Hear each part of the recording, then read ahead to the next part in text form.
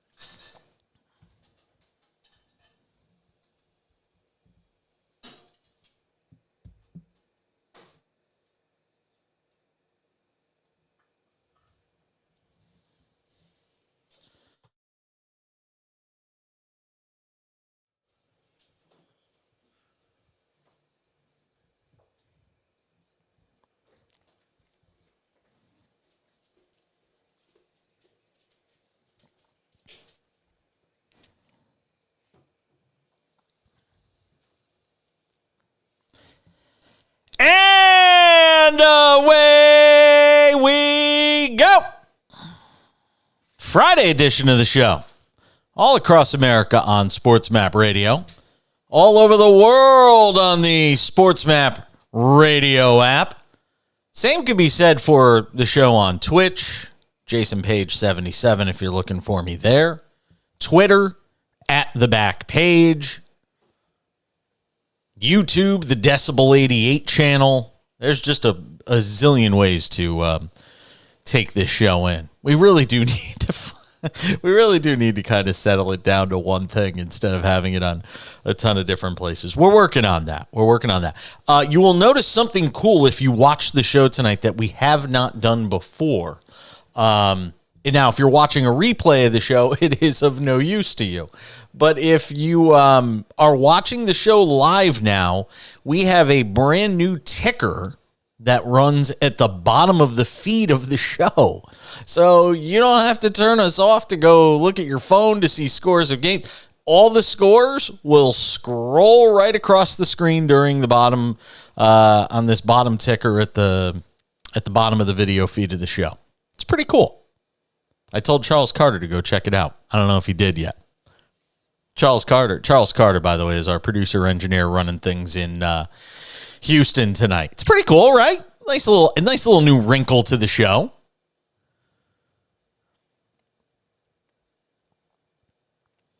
Well, the video stinks. So for those watching the video, I should explain why it looks like I'm in a prison aside from the banner that's behind me with the name of the show. It's like I'm in a hostage video.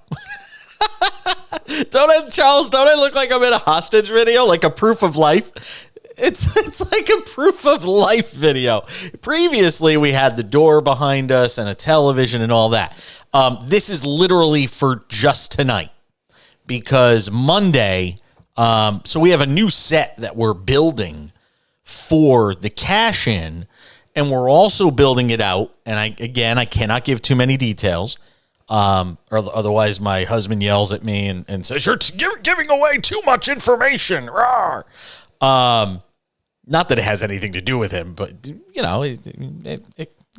he tries to give me PR advice, media advice, because he works in that world. So we've got a set that's being put together because we're going to be obviously still doing this radio show, but we're also going to be adding a television show. And separate from this radio show, there will be this new television show that we will be doing that I'll be telling you more about. Thank you, Charles. Appreciate that. And it's going to be a dual set that we use for both the radio and the TV show.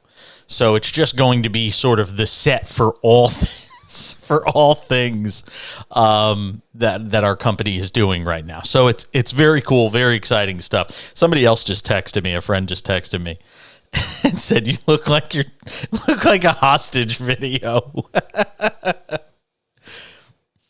Yeah, of course I remember the show 24.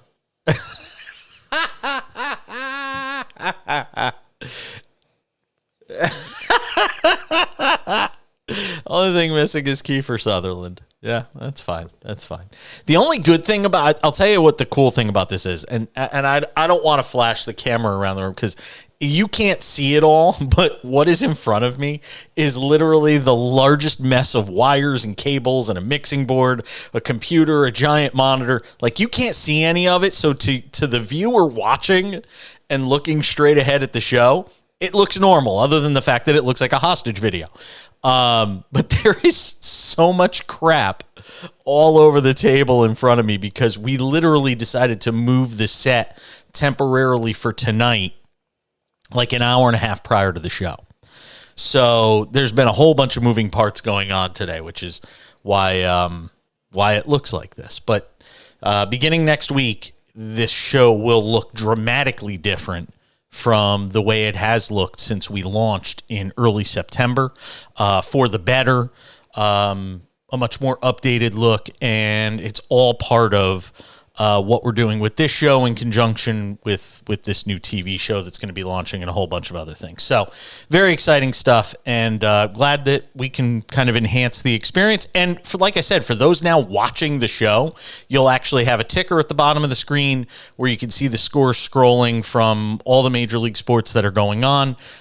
We started that tonight as well. So very exciting stuff. All right. This hour of the show, we will be joined in the 2-for-1 tonight at 10:45 p.m. Eastern by Jason Cole, Outkick.com's fantastic NFL writer. He's a Hall of Fame selector.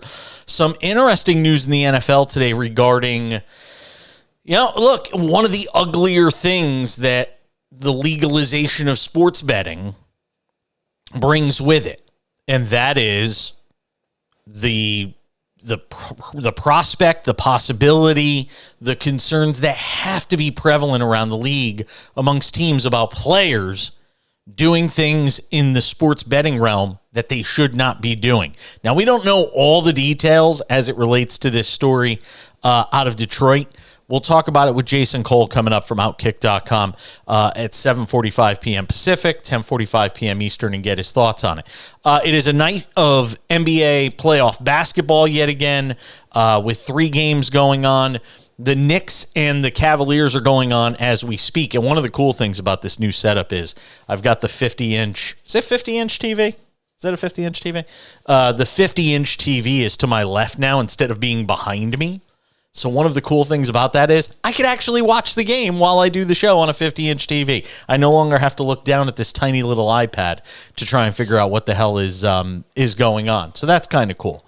Knicks lead the Cavaliers 58-44. We will keep you up to date on all the games as they are going on tonight. Knicks on top of the Cavaliers, 6 minutes to go, third quarter, 58-44 is the score in New York. You heard me right. 6 minutes to go in the third, and the Knicks lead 58-44. Yes, the Cavaliers have scored 44 points through the first 2.5 quarters of a playoff basketball game. Wow. It's like, holy 1990s called, they want their playoff basketball back. That's kind of what it feels a lot like. Atlanta tonight, gotta win. Say this for the Hawks. They didn't roll over at home against the Celtics. Maybe the worst thing that could have happened was, Trae Young being voted one of the most overrated players by his peers in this poll that was put out by The Athletic. Could you imagine? Think about this for a second. Charles, bring in Charles Carter again, our producer engineer. Charles, can you imagine working in any line of work and an anonymous poll comes out amongst your peers and it says the most overrated employee in whatever you do is so-and-so, and you saw that? Could you imagine how you would feel? Could you imagine how enraged one would be if they saw something like that? I think I would. And I don't tend to really, after 25 years in this business, I'm not that old. I'm only 45. And I started when I was 17. So I guess 28 years in this business. I've been in this business long. Yeah, I'm 45. You thought I was younger? Oh, look at you. Look at you. You know what? Charles, you are rising up the leaderboard in Paige's favorite producers. See? That's all it takes. Just drop me a little compliment. That was like the anti-poll that says you're the most overrated. Was Charles just saying that?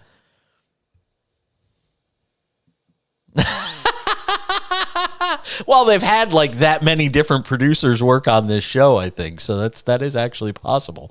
But imagine if you doing whatever it is you do. I don't care if you're a barista at Starbucks, bagging groceries, if you're a auto mechanic, if you're a doctor at a hospital. Imagine if a list came out and it said, you, whatever you do, I'm talking to you out there, America. Imagine if a list came out and it said, you are the most overrated at what it is you do.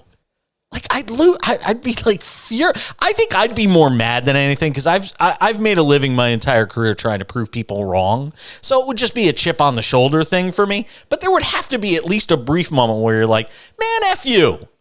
You know, I put in my time. I'm good at what I do. F you, man. I'm way better than you think I am.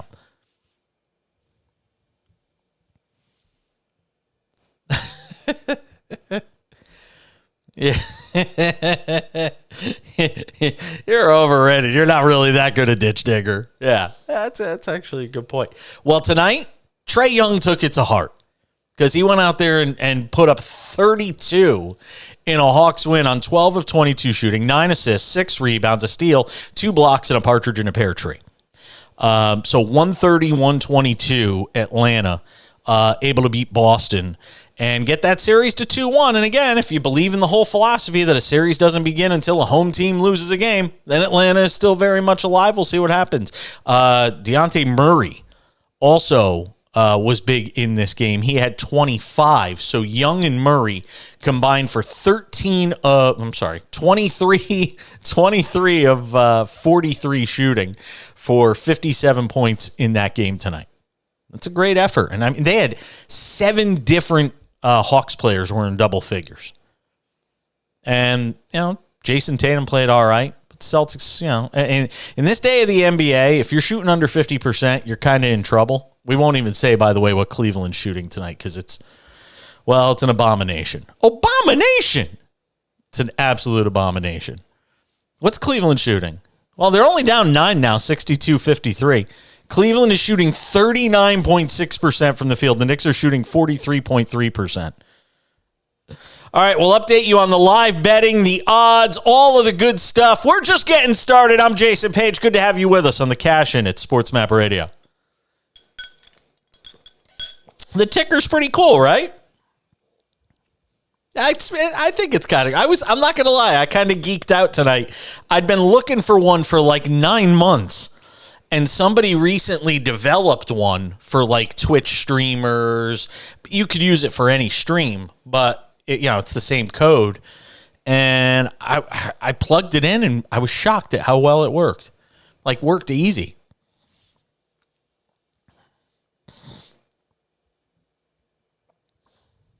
Yeah. Yeah, it's pretty neat. I'm not going to lie. Kind of geeking out about it. But I do look like I'm in a hostage video. I should hold up a piece of paper. That says, like, today's newspaper.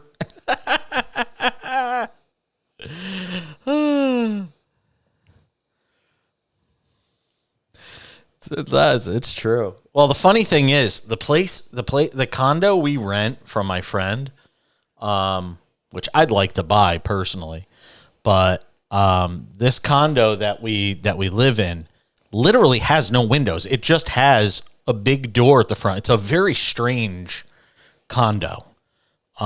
It's in a great community, and it's almost like living in a resort.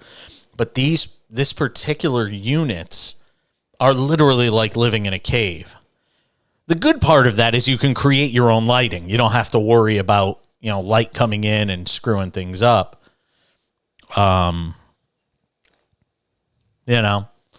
But we moved the set from the other side of the condo to, we basically, in essence,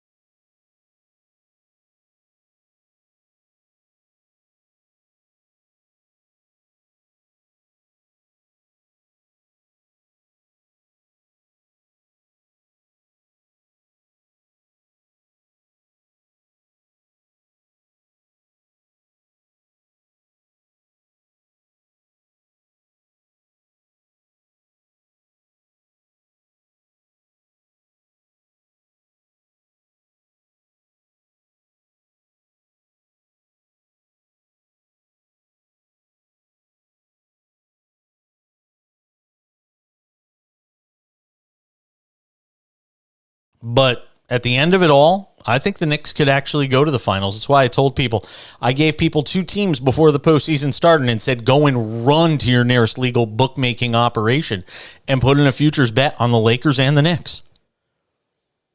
Because both of them were going off at huge odds, as huge underdogs. Those are the bets you want to hit on. Yeah, it would have been, it's nice if you pick Milwaukee and they go to the finals or win the NBA championship, or Denver, but those teams you're not getting great value on. You got to wager more to win less. Whereas with the Knicks and Lakers, you could have wagered less and won a whole lot more if one of them, went to the NBA finals, but wins the whole thing. So we're nearing the end of the third quarter at Madison Square Garden. It's always great to see playoff basketball back at the world's most famous arena, too. Josh Hart. Josh Hart is so good. It's just such a huge component to this Knicks run into the postseason. That was such a great trade by the team back at the trade deadline, getting him from Portland. Knicks 67, Cleveland 55 with 1:45 to go in the third. That is not the only game going on right now. We mentioned the fact that Atlanta beat Boston. That game has gone final. Denver leads Minnesota in mini, 38-33, 8:18 to go, 8:10 to go now in the second quarter. Can Minnesota get this thing to a game 4 at 2-1? Now, again, if you watched game 2 of that series, and I know there's no moral victories in playoff games. Maybe you could take some of that stuff from the regular season, but not from playoff games. But if you're looking for something as an 8 seed with Minnesota against a 1 seed in Denver, they played Minnesota played Denver right to the finish in game 2, and gave a hell of an effort.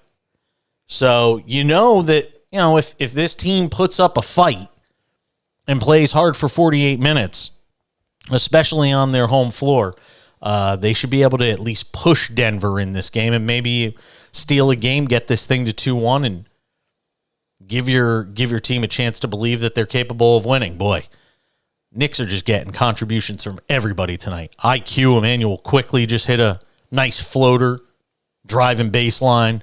1:15 to go in the third. Knicks up 69-55.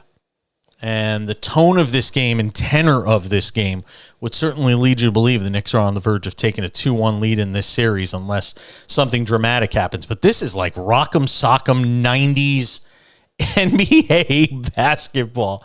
I mean, it is physical. You got guys getting knocked down. Need a little blood. I think we need a little blood in this game. That's the only thing it feels like we're missing right now. Some blood. It really does. It feels like Knicks Pacers, Knicks Chicago, Knicks these old school Knicks Miami of the 90s. Kind of feels a lot like that. Anybody know who Gary V is? You know who Gary Vaynerchuk is? Gary V was all pumped up in the front row at the game tonight. Saw him on television. Now he's become a sports agent. Yeah. Tom Thibodeau always looks like he's about to go into a post office with bad intentions. Every time I look at Tom Thibodeau, he looks like he's about to just do something that's going to get him put on a poster, a wanted poster, doesn't he? He just always, he really does. That man never looks at it. There's no way that man makes it to 70. And I'm not saying that as wishful thinking. I'm just saying if you look at Tom Thibodeau, you just look at him and say, there's no way that dude's making it to 70. He's just always been out of shape about something. Knicks have actually picked up the scoring a little in this third quarter. This game was 17-17 at the end of one quarter. Did you see that, Charles? This game was 17-17 at the end of a quarter. In the NBA in the year 2023, you wouldn't just do a double take on that. You'd do like a quadruple or a quintuple take on that. You don't get games that are 17-17 at the end of the first quarter in the NBA anymore. That don't happen. None of these teams, nobody can make a shot. Nobody could make a shot. But even Denver and Minnesota right now, you look at that game, 7:17 to go, second quarter, 42-33.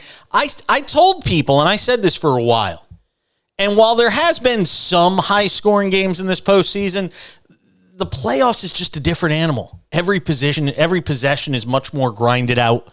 Teams tend to play defense much harder, and good shots, easy shots are harder to come by, unless you're watching the Kings and the Warriors, because neither of those teams play all that much defense.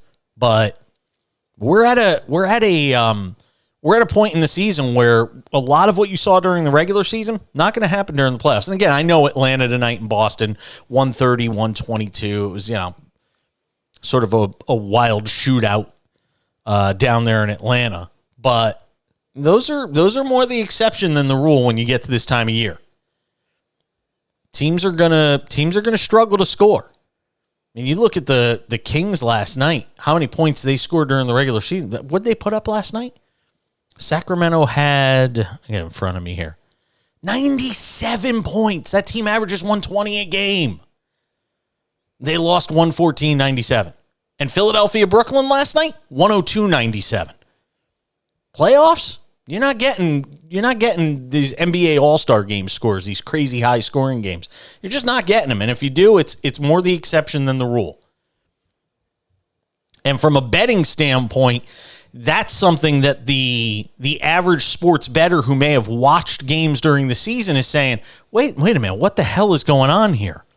I mean, the total in the Knicks game right now, it is 72-55 Knicks at the end of the third quarter. 72-55. You know what the live betting line on the Knicks and Cavaliers is right now? This is like college basketball crazy. This is 177.5 is the live total on the Knicks and Cavaliers right now. I mean, that's crazy. Yeah, you'll never, I guarantee you there has not been a game in the NBA this year that has had a live betting total going to the fourth quarter that's 177.5. There's no way. Somebody could probably look it up and prove me wrong, but there is no way that we've seen that this year. It's just crazy. All right, while we keep an eye on the NBA playoff games, there is NHL playoff games to tell you about as well. We'll get to that. And also the big news from the NFL today, players behaving badly when it comes to sports betting and getting in trouble for it. It's next on the Cash In. It's SportsMap Radio. Thank you.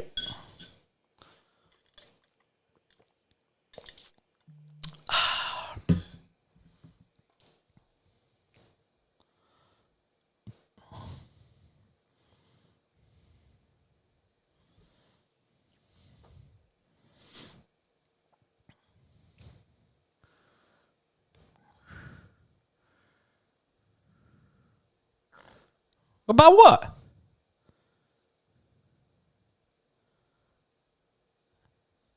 Oh, it's okay. I can't stand him, but he's got some funny drops. Talk about overrated.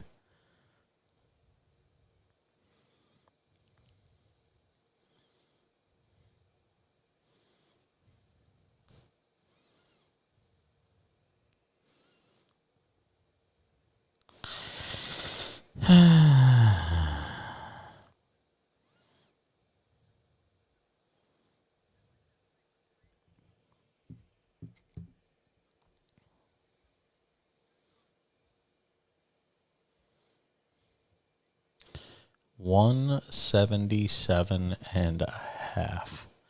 So 50 points. They're predicting 50 points are scored in the fourth quarter. 51 points.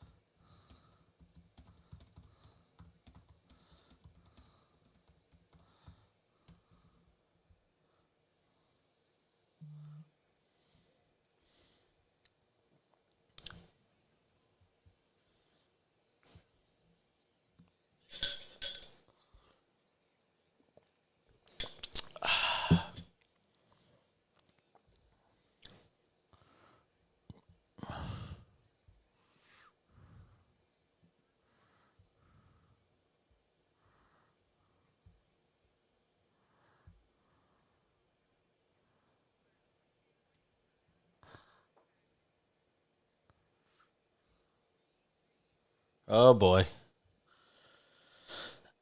Oh, my God. Missed a layup. Knicks. Oh, okay. Yeah, I'll switch over to that after. I'm a big Knicks fan. Who? Knicks? Yeah. Listen. I'm not a huge believer in. I was never a huge believer in Cleveland. After the first 25 games of the year, the Knicks actually had one of the best records in all the NBA. So,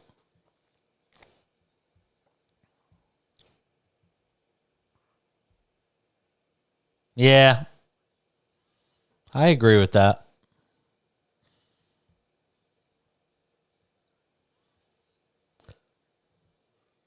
Oh, he twisted his ankle. Oh, I can't wait for this new set to get done on Monday.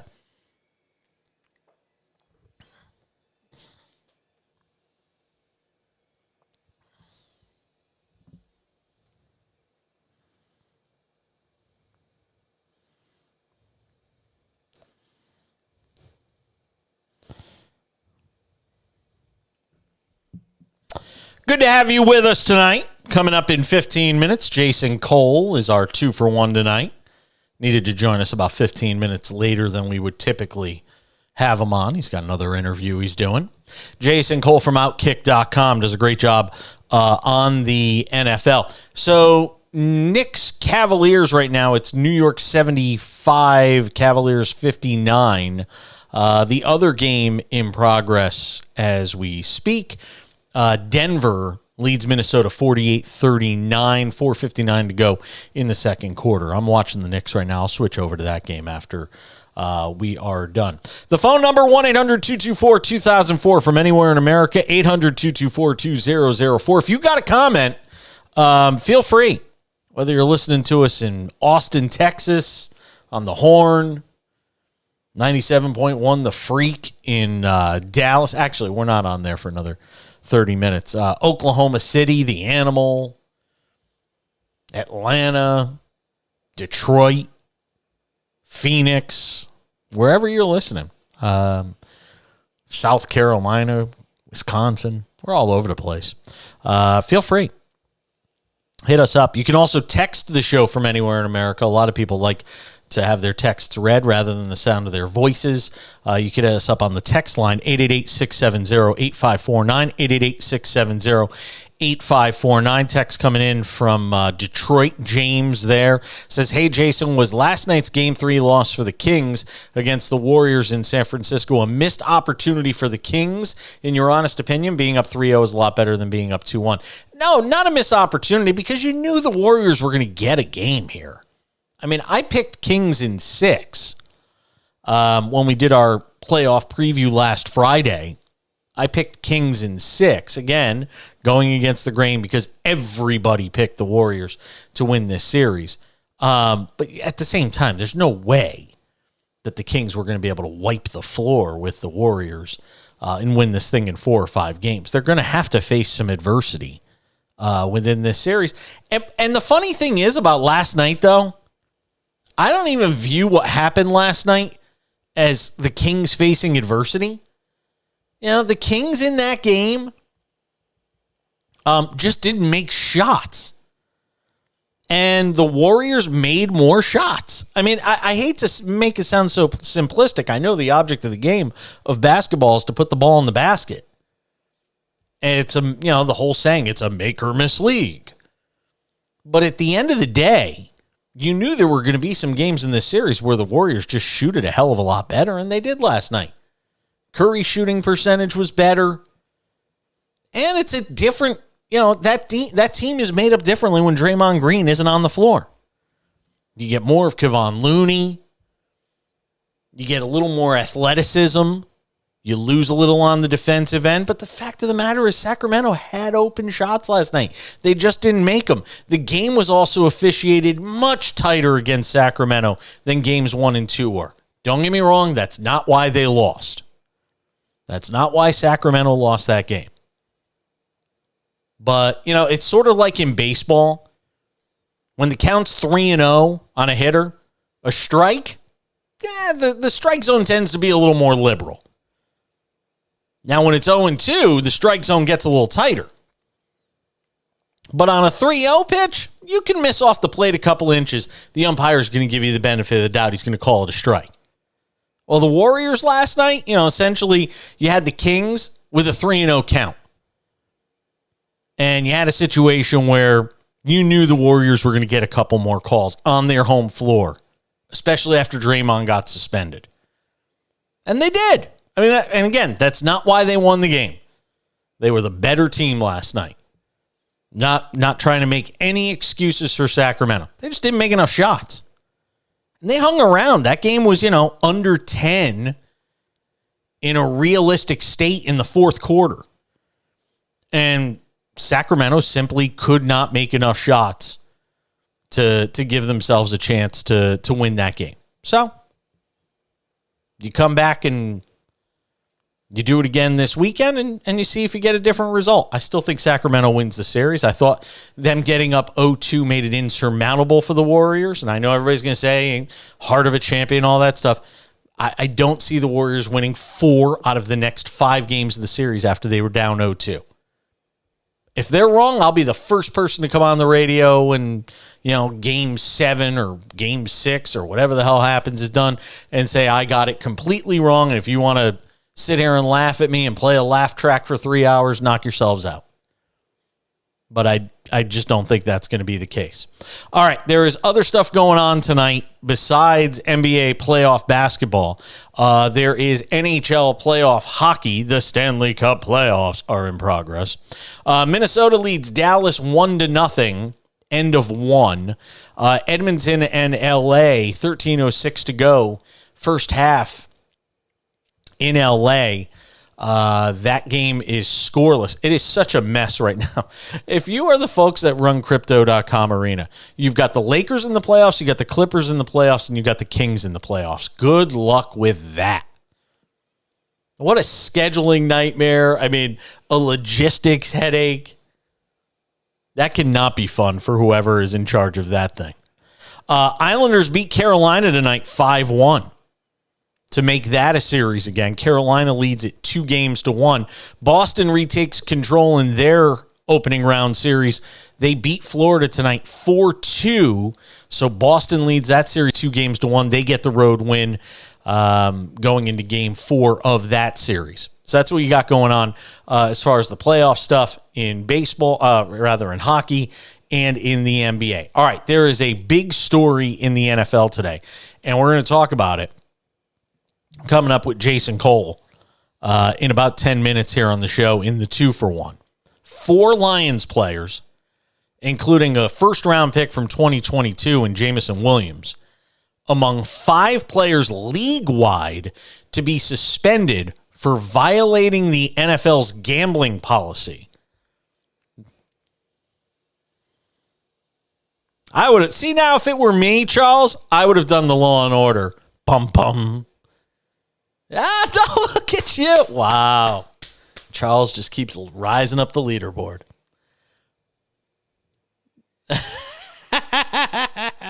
You are no longer the most overrated guy. I'm not going to say who the most overrated guy. Actually, I don't know if anybody's overrated. I don't think anybody's overrated that works on this show. Not yet. I don't think we've gotten to that point yet. So Lions wide receiver Quintez Cephas, safety C.J. Moore, suspended indefinitely for betting on NFL games. Commanders defensive end Shaka Toney, they can reapply for reinstatement after 1 year, although Detroit has said 2 of its players have been released. Second-year wide receivers Williams and Stanley Berryhill are being suspended for 6 games each for mobile betting that occurred at the Lions facility. These 2 did not bet on NFL games, the team said. NFL noted in its announcement it uncovered no evidence indicating any inside information was used or that any game was compromised by the players betting. The ESPN story also says the Lions became aware of the NFL's investigation about a month ago before the league reached a final decision. And this look, I mean, there's so many guys. I mean, think about what's it, 30 NFL teams, 32 NFL teams, right? You got 32 NFL teams. You got 50 guys on a roster. It's what, 1,500 players in the league? Is my math right on that? Charles, can you check me on that? Right? It's about 50 guys, right? So 50 times 32. But yeah, it's about I think it's roughly 50. Yeah, it's got to be. It's 1,500 players. There's no way. My math can't be that bad. So it's roughly 1,500 guys. All right, so you got about 1,600 guys playing in the league. Then you've got coaches, you've got personnel, all these different staffers. It is impossible to not have instances where guys are going to do something stupid as it relates to violating the league's gambling policy. There's no way it's not going to happen. And quite honestly, even if sports betting wasn't legalized, guys could still violate this policy. This stuff may have even been going on more so, I think, when sports betting wasn't legal. Now there's a way to monitor it because it's legal within the states, and teams have their ways of sort of watching this stuff and keeping an eye on these things. When it was all offshore betting, how would the league even keep track of these things? I want to get into it with Jason Cole. He'll join us on the other side. Outkick.com's senior NFL writer. He's a Hall of Fame selector as well. How big of a problem is this for the league? We saw it in the case of Calvin Ridley. Now this story. We'll get into it next with Jason Cole. I'm Jason Page. The Cash In rolls along on SportsMap Radio. Thank you.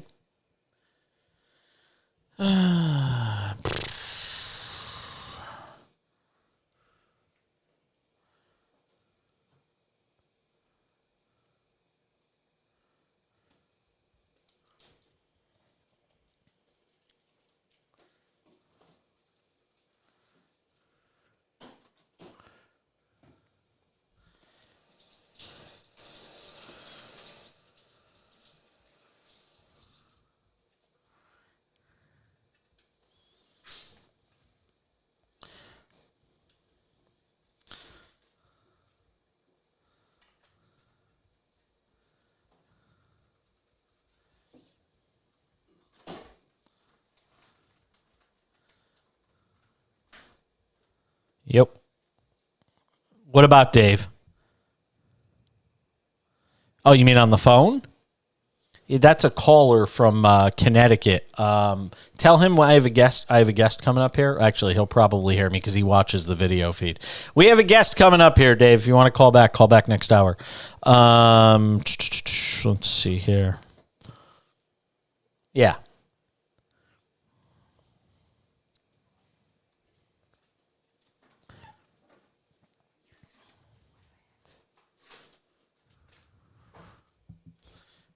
Switch this.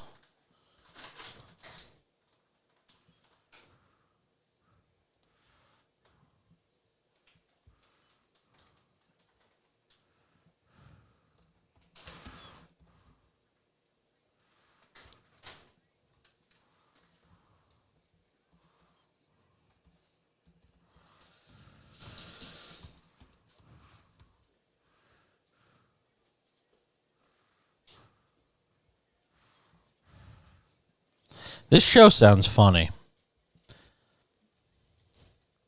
Yeah. No, this isn't Diehards. This, I think, is the morning show. Oh, this is Diehards?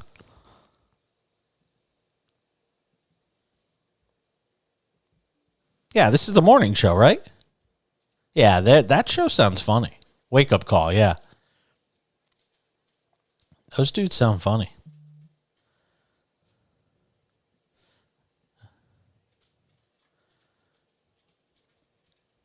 Problem is, that show's on way too early for me. I ain't West Coast. I ain't getting up at 4:00 in the morning to listen to nobody. Unless it's the voices in my head.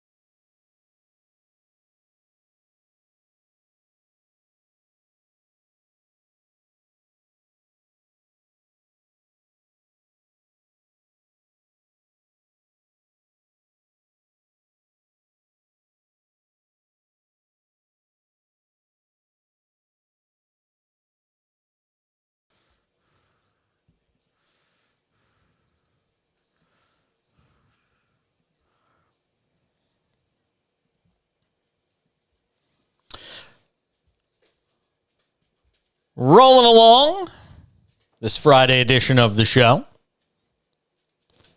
from a hidden underground bunker somewhere. At least that's what it looks like, according to people watching the show tonight. Looks like I'm doing a hostage video here. We just temporary set change for tonight, and then the new set will get put together over the weekend and on Monday. Hopefully we'll have it all put together for Monday's edition of the Cash-In. So it's going to be fun. We won't be here on Thursday and Friday next week because of the NFL draft. We're going to take a couple of nights off, let the draft coverage sort of lead the way there, and then we'll be back on the Monday following the draft. Big story in the NFL today had nothing to do with the draft. It had to do with players getting in trouble and for violating the NFL's gambling policy. I want to bring in Jason Cole from Outkick.com, senior NFL writer who joins us here on the program. Look, you got 1,600 players in the league, whatever it is, something like that. 1,600 players in the league. This is going to be, one of the things that results from having legalized sports betting, and there's no real way around it, is there? No, although the idea that you have, team employees having, some kind of, betting operation going on, which may not be all that serious, but nonetheless exists. I don't know if this is just the old rank your teams and rank the games in order, or the suicide pools, or all those kinds of things that they have, or fantasy football. Fantasy football wouldn't qualify for them, but I don't know how serious the gambling is. But when it's going on in the office, you took it a step too far.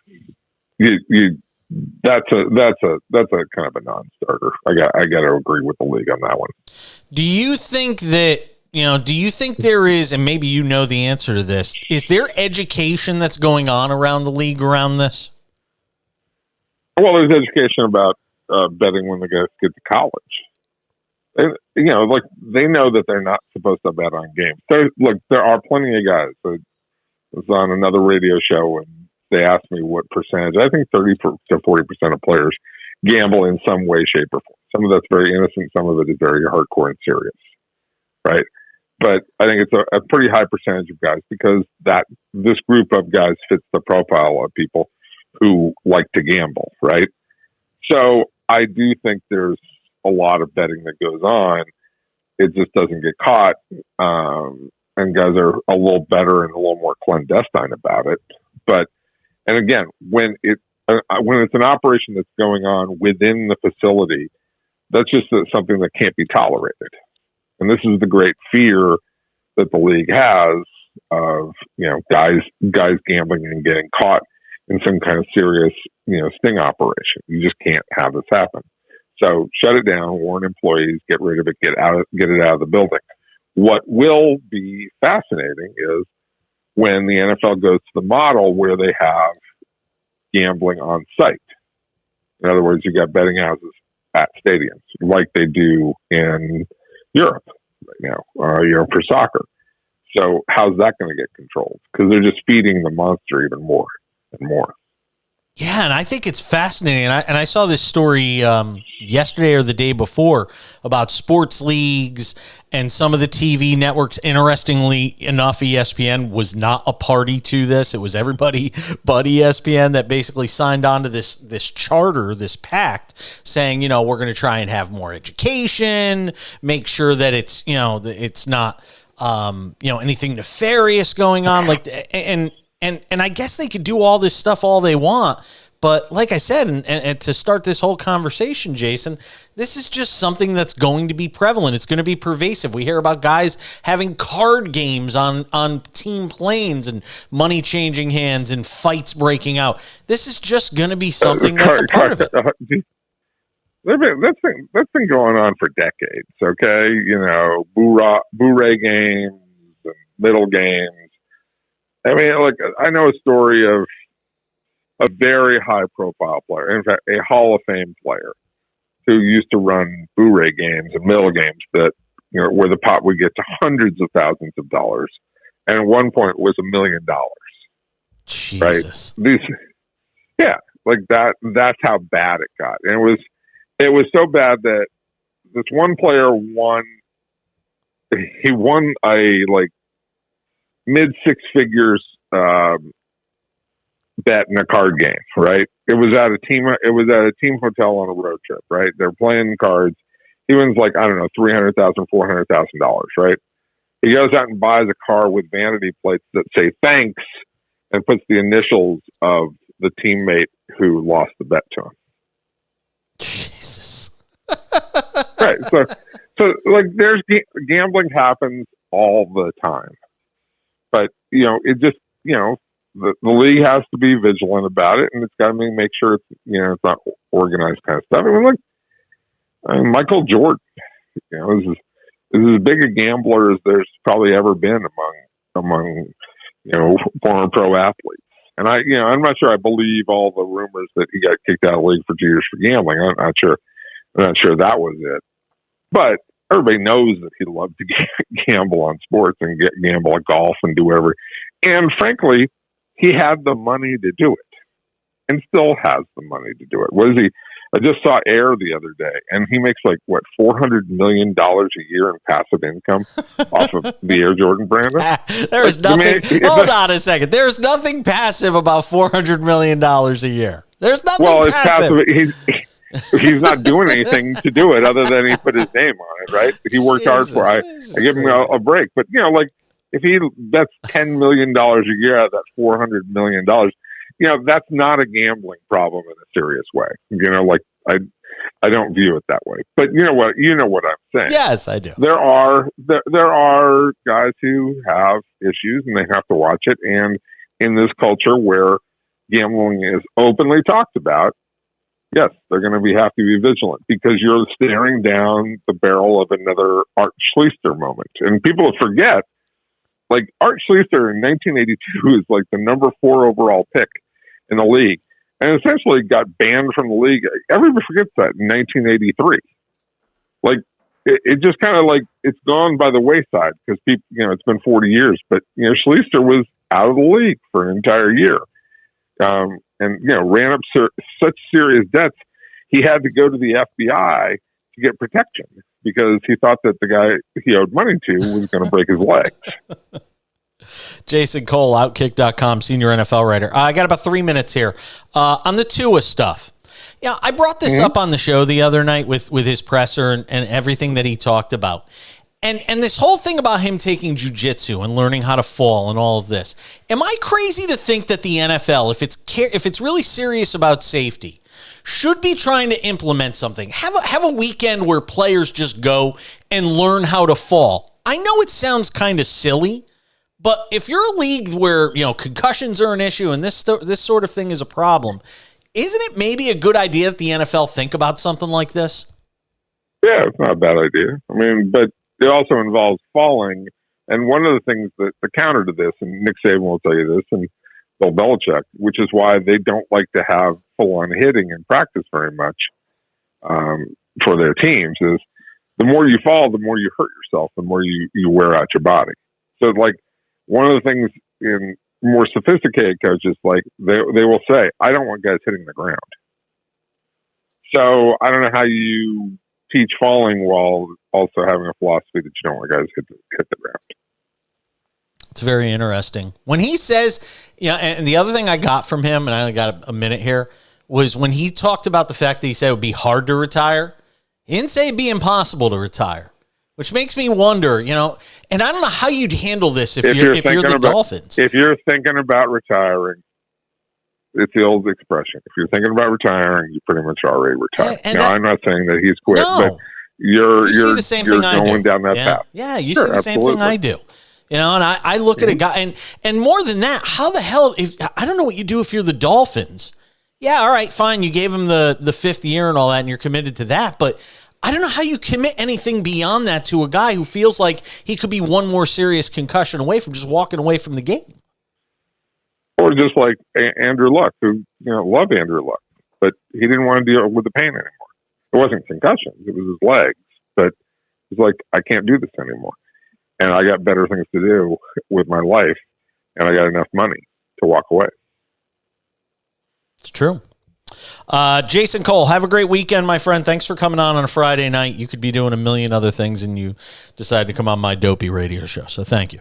Anytime, dude. Talk to you later. Jason Cole, Outkick.com, senior NFL writer. Always appreciate him stopping by the show. He's also got a new book out.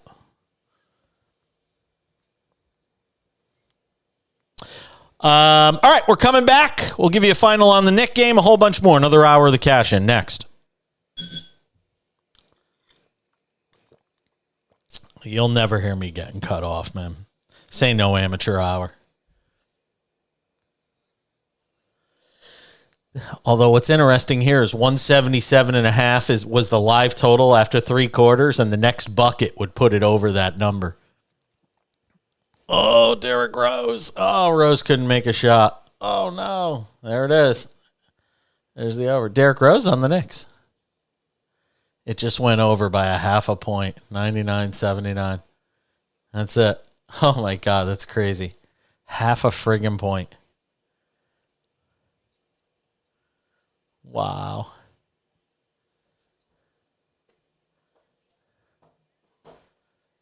$99.79.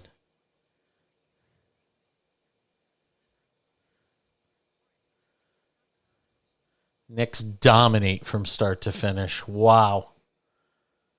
That's impressive.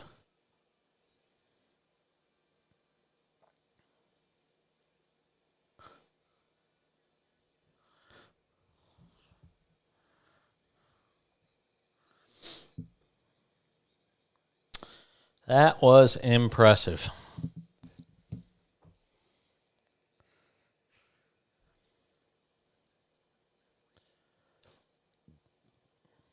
Is that Craig Carton? Courtside, I think it is.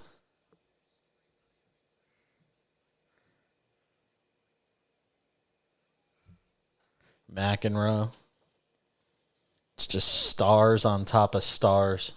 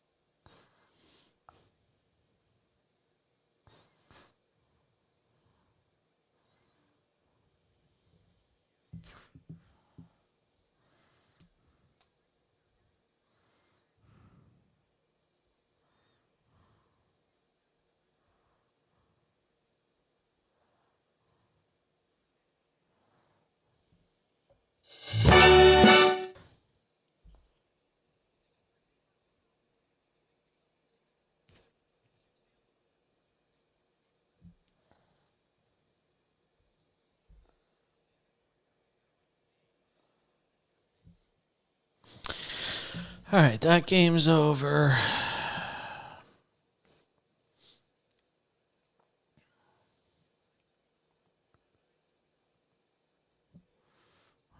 Boobs.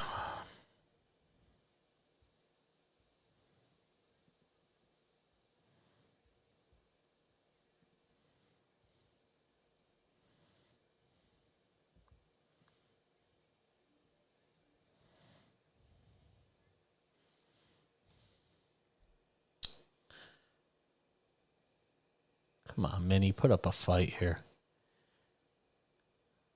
Let's make this thing interesting.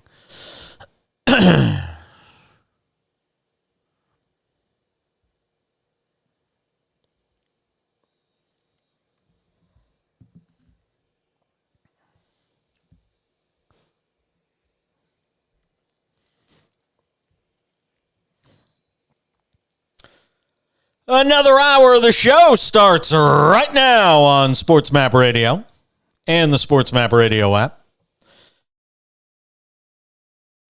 Charles Carter is our producer engineer running things at Master Control tonight in Houston.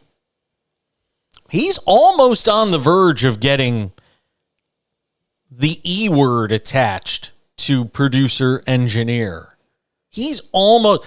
For people who listen to the show regularly, there are two people that have gotten the moniker attachment to their name of producer extraordinaire. Two people that have produced and worked on this show. John Belmer, rest in peace. He's not dead. He just doesn't work on the show anymore, so he's dead to us. I'm kidding. We love you, Belmer. And Brian McDonald. Those two have gotten the distinction of producer engineer extraordinaire. Yeah. So we're working on, I have to say, everybody that works on this show, from where we were in September to where we are now, has stepped up their game. I am not easy to work with. Maybe, some people might think I'm easy to work with that work on the show. I know I am not easy to work with. So anybody who's still working on this show deserves major props, because I'm just not. I admit, I do things a certain way. I've been doing this for, God knows, way too long, 28 years. And I'm not the easiest guy in the world to work with. So, to anybody who's still affiliated with this show, you are all very special. But only two guys have ever gotten the E word attached to them, and that is John Belmer and Brian McDonald. So far, there may be a third whose name gets hoisted to the rafters. Just saying. So the Knicks win tonight. We're hoping Denver makes a game of it, just because I want to see longer series. I want to see a bunch of sweeps. It was cool to see Atlanta win tonight. They got no shot of winning that series against Celtics, but at least they win a game tonight, and for a couple of days, their fans are going to feel like they got a shot to win that series. Atlanta Sports Radio will be tearing it up, though. Like, oh my God, we won a game. We got a chance to win. Ah! Even though you really don't. But that's cool. That's why the start of baseball season is always so cool. Because at the start of baseball season, you're like, wow, 162 games awaits us. What could possibly happen? Maybe we'll just be that team this year that defies the odds and winds up being really good. And sometimes for 20 or 30 or 40 games, that winds up happening. And sometimes you get crazy stuff that happens where teams go through the whole season and wind up being really good. Like Pirate fans right now. If you're a Pirate fan right now, you're all fired up. Pirates won again today. Now, granted, they beat the Reds, which is like clubbing baby seals. But the Pirates are 14-7. If I had told anybody, given you odds on the Pirates winning 14 of their first 21 games, especially without O'Neal Cruz, who's hurt and will be out a while, you would have had me urinating into a cup. There ain't nobody who would have had them being 14-7 after the first 21 games. What was the attendance tonight for that game in Pittsburgh? 17,276 for them. That's actually a good crowd. Hopefully they didn't get there late, because if you did, you missed almost the whole game, because it was only 2 hours and 21 minutes, because baseball sucks now, because they want to make every game, cookie cutter, 2.5 hours if you're lucky. Like, I was thinking about going to see a game. I'm going to New York. Husband and I are traveling to New York for a family get-together, my dad's 80th birthday in May. And I was looking at the schedule, and I'm like, oh, Yankees Mets playing. Then I'm like, do I want to go pay $150 to go, sit close to the field for a Yankees or a Mets game? And if I get there late, because God knows with New York traffic or subways or whatever, you'll wind up being late for the game. It'll be over by the time I get there, because games are just so quick now. So what do I want to do that? I'm going to do that to myself for? It's ridiculous. I'm not going to lie. Anybody who's listened to this show knows I am extremely miffed at what baseball is doing to with all these rule changes. And this is just the start of it. There's going to be more coming, because they're emboldened now. They're like, man, look, we were able to get games down from 3 hours to 2.5 hours. Stolen bases are up. I mean, they're just everything they can to make it difficult for pitchers is basically what's going on now. By the way, speaking of the Yankees, they got thumped tonight. If you're watching the show on the video stream, you will now see a live scoreboard. We now have a live ticker that runs on the video feed of this show. So if you're watching us on Twitter at the back page, on Twitch, Jason Page 77, on, you know where I should be, Charles? Charles, do you go on TikTok? Really? You don't have to start it. Just you can still watch.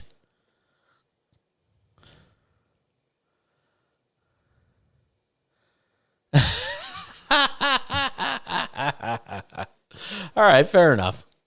I get into all the time. My husband yells at me because I always get into the TikTok rabbit hole. You know, I'll look at one video of, you know, some cop pulling somebody over. You know, those videos of like people getting pulled over by police. I just see those all the time. And then before I know it, you know, it's an hour and a half later and I'm watching rabbits do the Macarena or something like that, you know.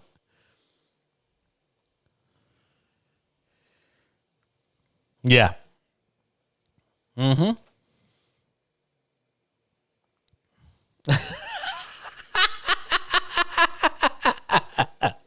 That's exactly right. That's exactly what it winds up being. And then before you know it, because you watch those videos, your feed gets populated. And that's this thing. It's the algorithm, man. Now I sound like, you know, tinfoil wrapped on my head, like X-Files stuff. Wow, wow, wow, wow, wow, wow. Yep. There it is. I'm sounding like that guy, but you know, they get into your brain and all of a sudden they're like, oh, he likes videos like that. Well, let's give him a video of somebody complaining about Donald Trump. He's going to love that one. Oh my God, it really is. It so is. I'm telling you, my morning starts at like 7 and I don't get out of bed till like 8:30 and the dog's literally sitting on my head going, dude, it's time to get out of bed. Stop watching TikTok videos. That's my dog. He'll just sit there and be like, dude, all right, it's time.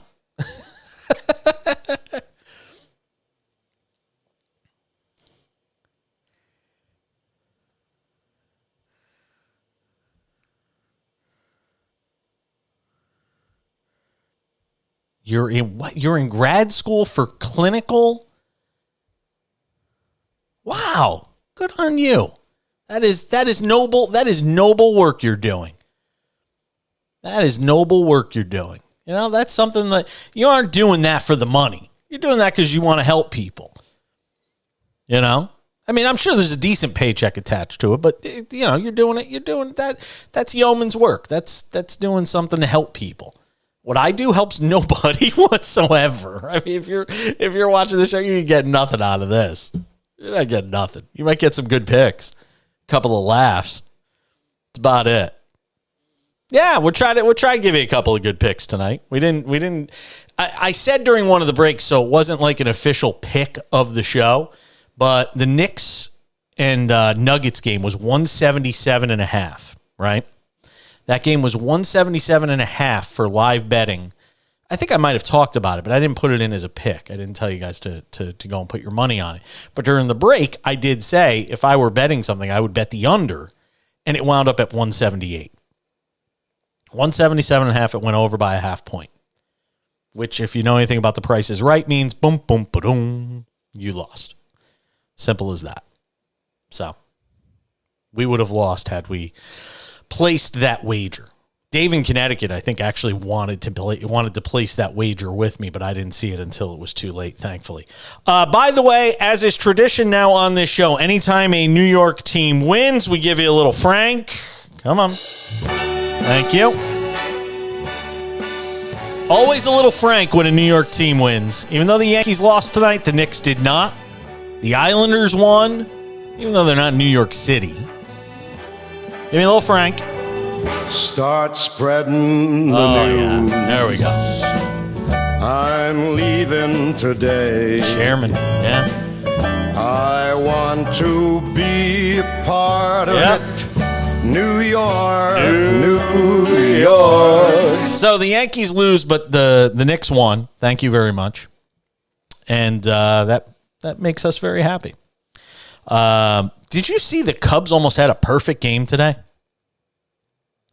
And they lost it in the most Cubs way imaginable. They lost it in the most Cubs way imaginable. I'll tell you about that coming up. But see, tell Dave, he's going to get shortchanged. I only got a minute left in the segment. Dave knows what times we go to break. He knows not to, unless he wants to hold through the break. I'm not going to put him on because he's going to have like 60 seconds. So he's not going to have enough time. Tell him if he wants to come on, he can come on in the next segment. Drew Smyly had a perfect game going for the Cubs today. It was a 13-0 game, total rout of the Dodgers. And little dribbler out in front of home plate, he goes to field it, and the catcher basically falls on top of him. Catcher basically falls on top of him, and he loses the perfect game. No hitter gone, perfect game gone. Chance at baseball immortality gone. The most Cubs ending to a game you could possibly have. All right, on the other side, we'll give you some live betting info on Denver and Minnesota. We'll update you on that game. Also, the NHL playoff games, we'll get into that as well. Whole bunch of other goodies, too. I'm Jason Page. The cash-in continues on SportsMap Radio.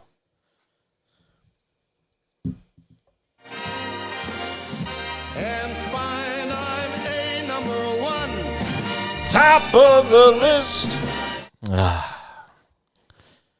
Love a little Frank. Da da da da da. Da da da da da. Astros win again. You from Houston? I'm sorry.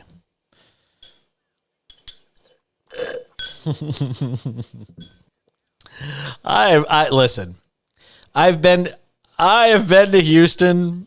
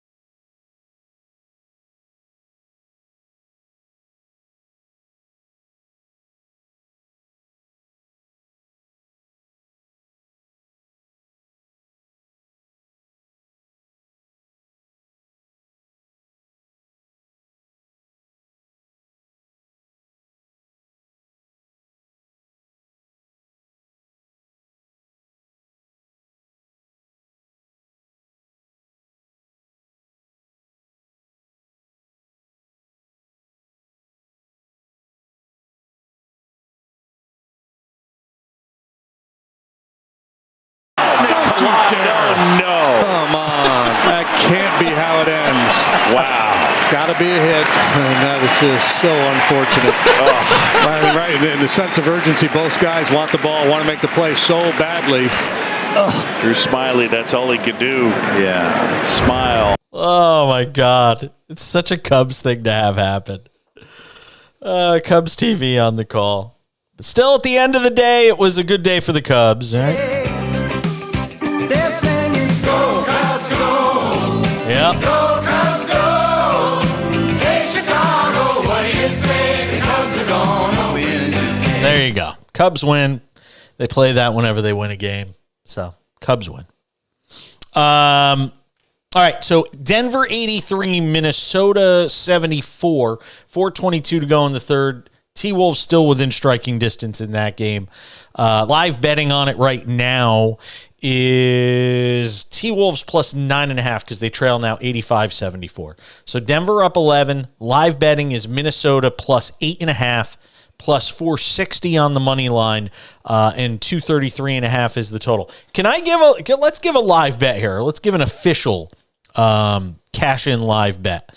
Let's go Minnesota plus 8.5. Let's do it. Minnesota. Yep. We are on the board tonight. Our first official live bet of the night is Minnesota plus 8.5. If they lose this game, I still think they're going to lose a close game. All right, Dave in Connecticut has been very patient tonight. 800-224-2004 is the telephone number if you want to call in. 800-224-2004. Hello to our friends, by the way, in Dallas listening on 97.1 The Freak. I know you came on at the top of the hour, so welcome to you. And hello to Dave in Connecticut listening to the cash in there. What's going on, Dave?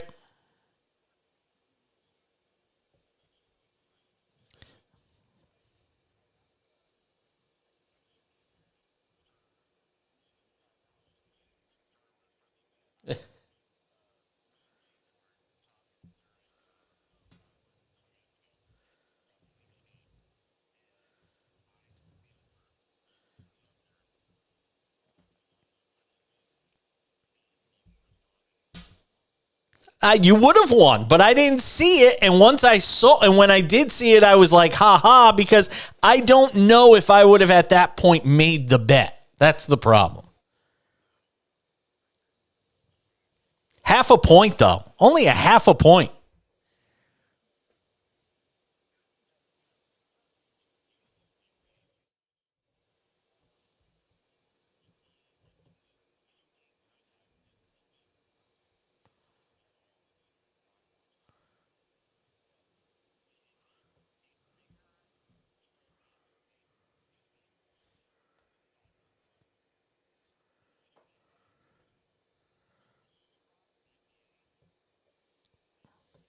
Nope.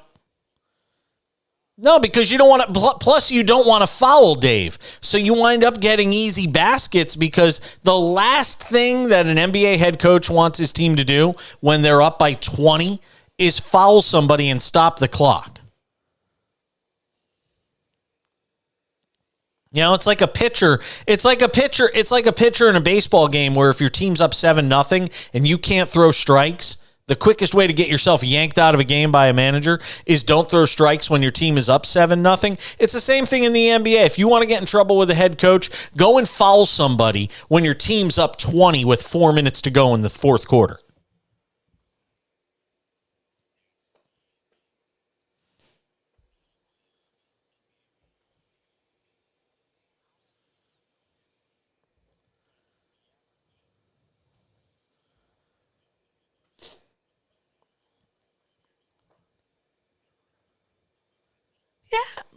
You know what, those... Yeah, but I mean, Smiley had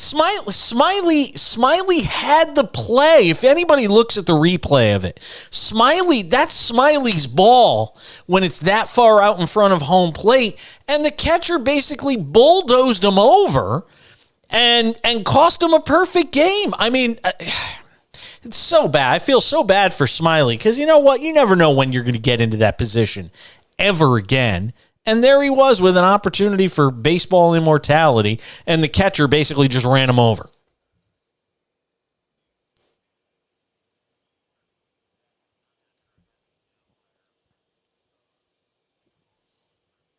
Oh, like Candelario? Yeah. Yep. I remember.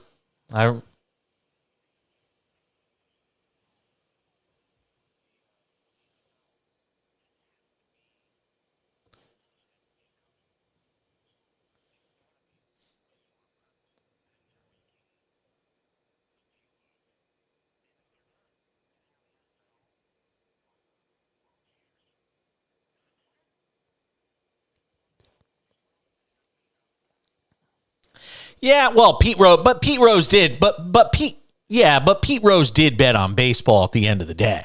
So I mean, yeah. And frankly, I'll never forgive Pete Rose because I did a 30-minute sit down interview with him when I was working for NBC Sports Radio. I got to do an in-person 30-minute interview with him, and he looked me right in the eye. He looked me right in the eye and said he had never bet on baseball. And he lied right to my face. And I was like so honored to meet him and take a picture. And I'd always been one of his biggest defenders about the fact that he should get into the Hall of Fame. And then he lied right to my face. So I'm like, you're dead to me, dude.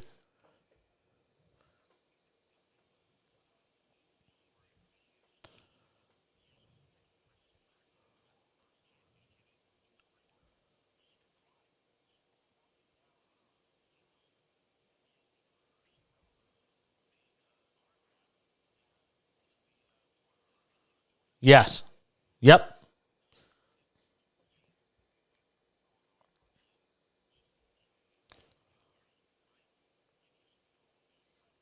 Listen, I have always insisted, and I appreciate the call, Dave. I've always insisted that Pete Rose should be in the Hall of Fame. I've always thought that Pete Rose should be in the Hall of Fame. Even though as much as it infuriates me that he lied right to my face, especially now when you've got a team in Las Vegas, especially now when you have legalized sports betting and they're actually going to start putting sports betting kiosks inside ballparks, it's impossible for these leagues to argue that Pete Rose doesn't belong in the Hall of Fame. I don't think, and it's not one of these things, by the way, where I think he should be able to go manage a team or be in a front office. I'm just saying the damn hit king of Major League Baseball, the most prolific hitter in terms of overall hits in the history of the game, the guy belongs in the Hall of Fame. Ty Cobb was a scumbag. I mean, a bona fide scumbag. And Ty Cobb is in the Hall of Fame. And you got Pete Rose, who, when Pete Rose, and I've said this forever, Pete Rose will get in the Hall of Fame. He'll get in after he dies. And at that point, I don't want to see him in because he loses his day in Cooperstown, which is, you know what? At some point, he should have had that opportunity. And, whether it was Rob Manfred, Bud Selig before that, A. Bartlett Giamatti, I mean, you can go on and on. Nobody ever wanted to give Pete Rose his day in the Hall of Fame. And I get that the guy is screwed up. He's lied. There's a million different ways you could say that Pete Rose screwed this thing up. But nobody can deny Pete Rose is a Hall of Famer. That's the same thing with the steroid guys in baseball. I've always said, put them all in. Put them all in. Baseball fans are smart enough to know what they saw with their own eyes. Barry Bonds is a Hall of Famer. Roger Clemens is a Hall of Famer. A-Rod's a Hall of Famer. Put them all in. Just put them all in. Don't assume that baseball fans, don't understand the history. You don't have to put an asterisk on their plaque. You don't have to do any of that. Baseball fans, and I'm not saying this to denigrate other sports fans in other leagues. I think baseball fans are probably smarter than most fans because there's a lot of nuance and a ton of history to baseball that doesn't exist in any other sport. It really doesn't. I think the smartest baseball fans are baseball. I think the smartest sports fans are baseball fans. Sometimes too smart. That doesn't mean you're a dummy if you're a hockey fan or football or basketball. It's not an indictment on race, male, female, nothing like that. I've had conversations with all kinds of fans in all different sports. Baseball fans, to me, they're smart enough to know what's been going on. We're back with more of the Cash In on SportsMap Radio.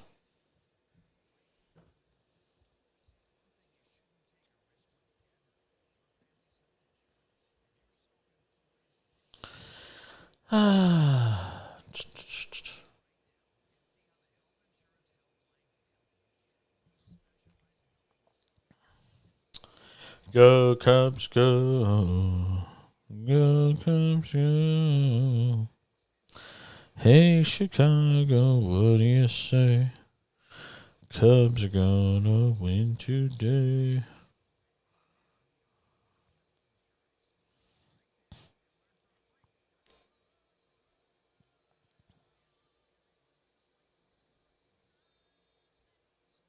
The hell is that?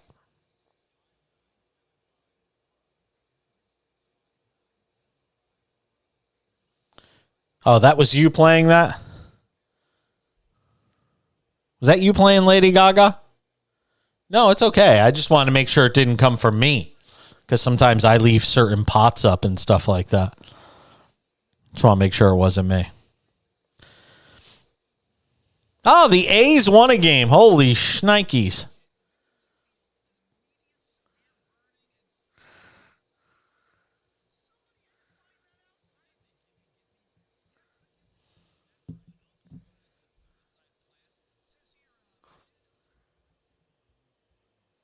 No, that's all right.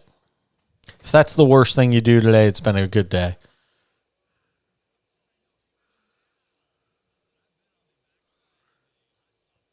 So how are you working in radio if you're going to school for something like what you're going to school for?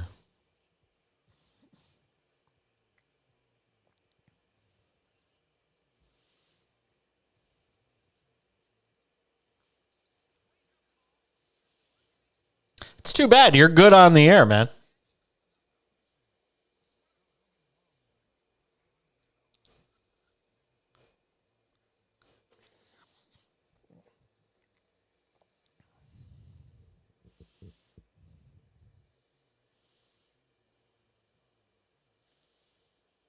Well, in the world of podcasting and videos and all that stuff, there's certainly ways to fuse that stuff. That's very doable.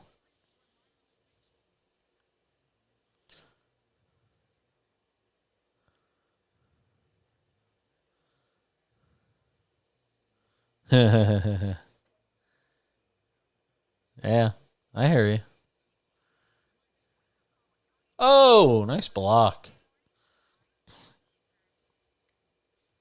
Oh, Anthony Edwards yelling at Rudy Gobert. Oh, because Gobert led the defender over there. He's like, what the hell are you doing? Oh, nice play.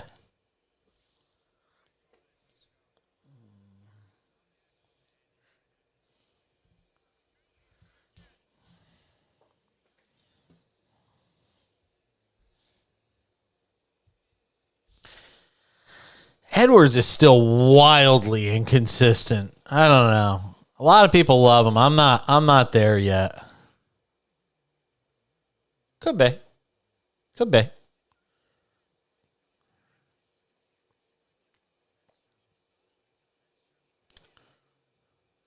Chance to get it down to 6 here.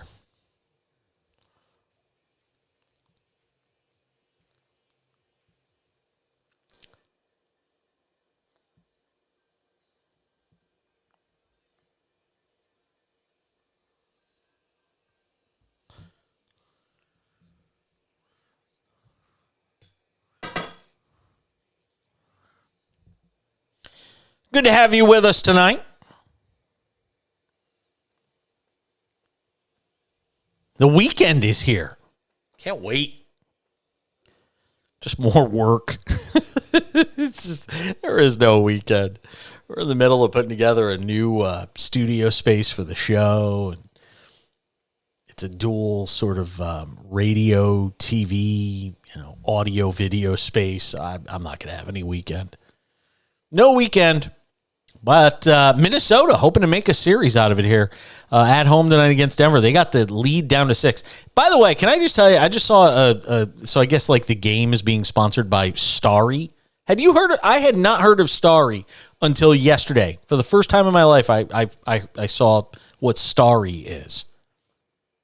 You know what Starry is, Charles? See? Look at that. See, you didn't even know. There was a commercial. So this Starry stuff that's sponsoring the NBA game tonight. Yesterday, I had something I hadn't had in forever. I had KFC yesterday. I haven't had fast food in 3 months because I've been dieting. Hopefully it shows up on the video feed of the show.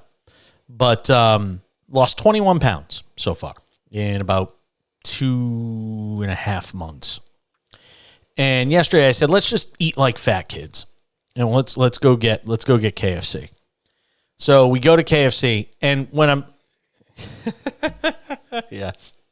we went to KFC, they had this drink called Starry, and I'm like, what is Starry? I'd never heard of it before. Apparently, it's like a 7-Up Sprite sort of thing. I'd never heard of it.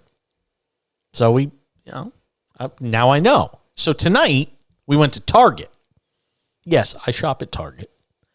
My husband shops at Target more than I do. I just go there to get baseball cards. Husband goes to Target tonight, and we go to get drops for our SodaStream machines. We're big into SodaStream. Like to make our own seltzer waters, things like that.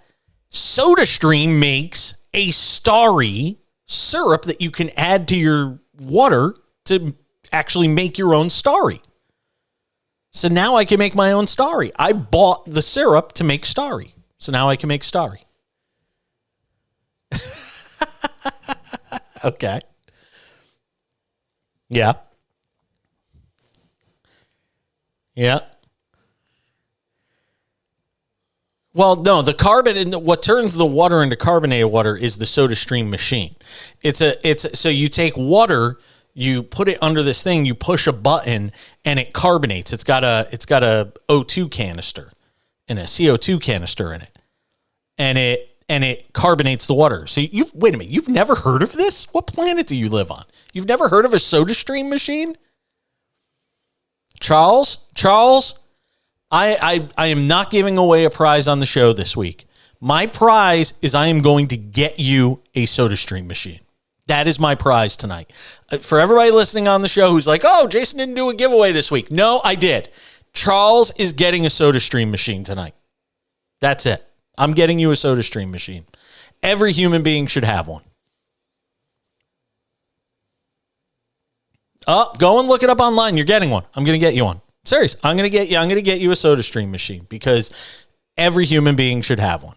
So, well, that's nothing. But it is the algorithm. See, the algorithm has heard you. Get the tinfoil, wrap it around your head, man. I'm telling you, they're getting into your thoughts. Yep. I'm gonna get you a SodaStream machine. You'll be on your own to go get like syrups and figure out what you want, because you can make like Dr. Pepper, you can make root beer, you can make Coke, Pepsi. They have all these different syrups you can get. Or if you're like me and do seltzer water, yeah, I cannot believe you've never heard of this. It's been around forever. No, I'm telling you, I'm getting you a SodaStream, and that's it. It's over. We're gonna do it. We should get them as a sponsor of the show or something, because I'm very big into their product. Love me some SodaStream. So we're gonna do that. That's gonna be the giveaway I do. We're gonna get Charles a SodaStream machine for his hard work one day on this show this week. Plus, it'll make it easier for a college student such as yourself who's trying to get through school and you're working, and now you won't have to go out and buy soda. You can just go and make your own. There you go. All right. Yep. Man of the people. That is me. there is playoff hockey going on in addition to the Nuggets T-Wolves game that we've been chronicling throughout the night. Denver, by the way, up 94-88, 10:41 to go in the fourth. We told you to take the T-Wolves at plus 8.5. We'll continue to keep tabs on that. Anthony Edwards, a 3-ball. Oh, baby. Denver 94, Minnesota 91, 10:32 to go in the fourth. T-Wolves trying to make a series of it. NHL, there are 2 games that are live at the moment. In one of them, I'm waiting for my screen to load up. There it is. Minnesota leads Dallas at the end of 2, 3-1. Edmonton and L.A. Oilers and Kings tied at 1 apiece. 11:02 to go in the second period. I did not mention this at the top of the show tonight. The story of this NBA postseason continues to be the injuries. More so than the guys on the court. It's the guys that are not on the court. Or in this case, suspensions too, with, what happened with Draymond Green. This has been a weird start to the postseason. We're only a few games in, but the Sixers, who are going to be looking to sweep the Nets this weekend, are going to have to try to do it without Joel Embiid, who's dealing with a knee injury. And to me, it must be serious enough if they're sitting him, because if he was injured and could play through it, you put him out there on the court, you get a win, and then you just get, tons of rest for a week, and you just have him chill out, in a hyperbaric chamber or whatever. It must be substantial enough for Joel Embiid, this right knee sprain that he's dealing with, if he's going to miss Game 4 against the Nets tomorrow. Embiid went back to Philly on Friday to undergo an MRI on the knee. Could be back in the lineup as early as next week, but with Embiid and knees, you certainly got to kind of hold your breath if you are, Philadelphia fans, because they aren't going anywhere without Joel Embiid. And there's still no word about whether he'll come back if there is a Game 5 in that series. Sixers are up 3-0 on the Nets in that best-of-7 series. A potential Game 6 would be Thursday in Brooklyn. So they'll play tomorrow, Game 4 in Brooklyn, Game 5 on Monday in Philly, Game 6, if it gets to that point, Thursday in Brooklyn. So we'll have to wait and see if, but it just continues to be that story here. That just continues to be the theme. Ja Morant's injury. Now you've got Embiid. We already know what's taking place with Kawhi Leonard, Paul George already out. And that's where the story goes after Joel Embiid, and that is the Kawhi Leonard story. He is going to miss Game 4. And it just, I'm sorry, it just breaks your heart. If you're a Clipper fan, if you're a fan of the NBA, it absolutely crushes you. Because this may have been avoidable. The fact that he played Game 2 with them having already stolen Game 1 in Phoenix was the most idiotic decision that organization could have made. And he's already been ruled out for Game 4 on Saturday. He's considered day-to-day, but the Clippers had only one day between Thursday night's loss in Game 3 and the 12:30 p.m. tip, so it's less than 48 hours of time in between games. But it's really, it really breaks your heart if you're an NBA fan, because peak Kawhi Leonard, which we saw towards the end of the regular season and saw in the first game and a half, 2 games of this series, it's fun to watch, man. You forget just how special this guy is, how phenomenal a talent he is. And, you're not going to have him now for Game 4, and unless they can figure out a way to steal Game 4 without him and Paul George, you're essentially looking at ball game over. And another season lost for the Clippers, due based in large part to the injury bug. Based in large part because you can't keep Paul George and Kawhi Leonard healthy on the court at the same time.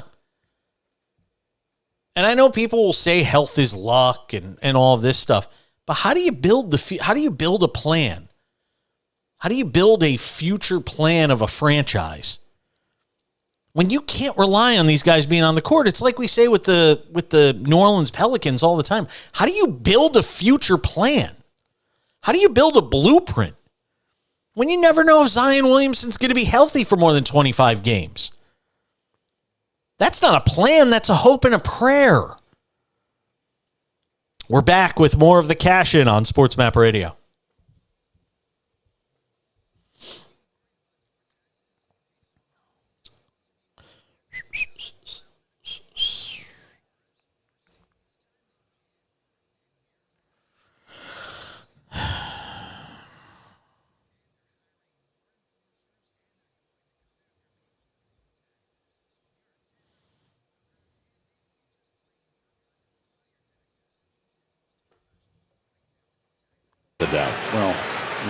So it's 2-0 New York. Here's Alonzo, and Pete hits one in the air to center field. That's deep.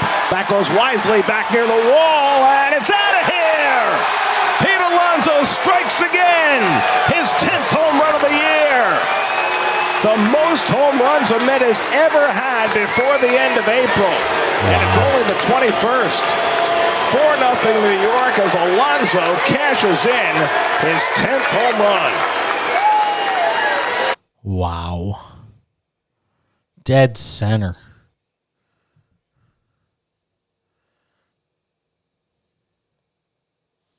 Jesus.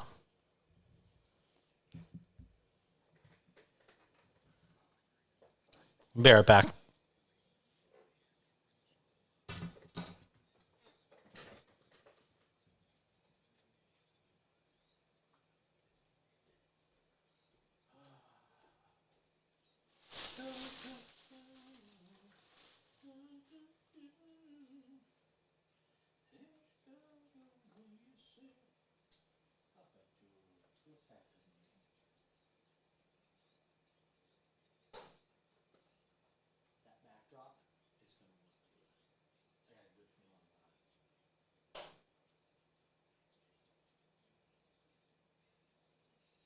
Does that have Bluetooth? So you can listen to it? I'm not. Oh, cool. Are you?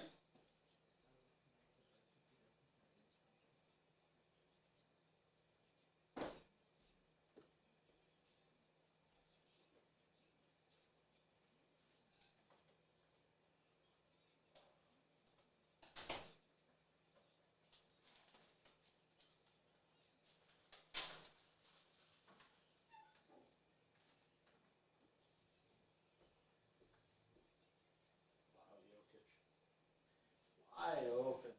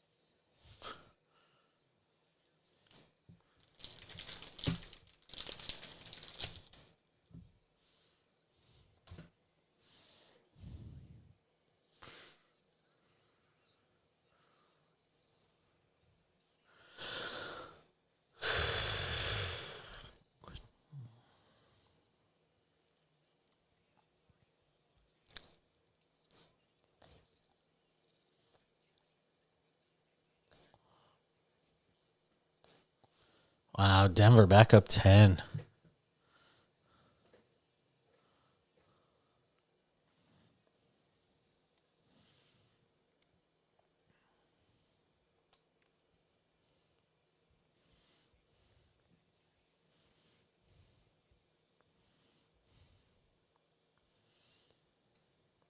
Denver up 10 in the fourth. We have Minnesota plus 8.5 That's not looking very good at the moment. 7:32 to go in the fourth. Major League Baseball tonight is this the most home run? Let me see. Who's leading the league in home runs in Major League Baseball? Let's see here. Stats. I just want to see who's actually leading the league before I make the declaration I am about to make here. Let's see. Hits, strikeouts, saves. Oh, we got a new leader in the home run race in Major League Baseball.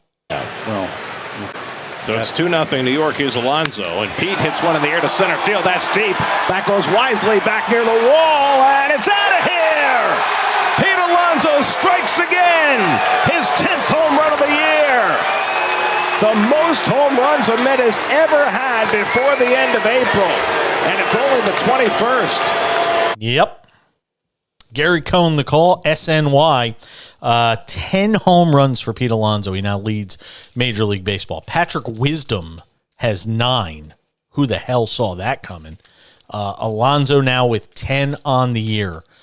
Mets out in front of the Giants 4-0 as they play in the Bay Area.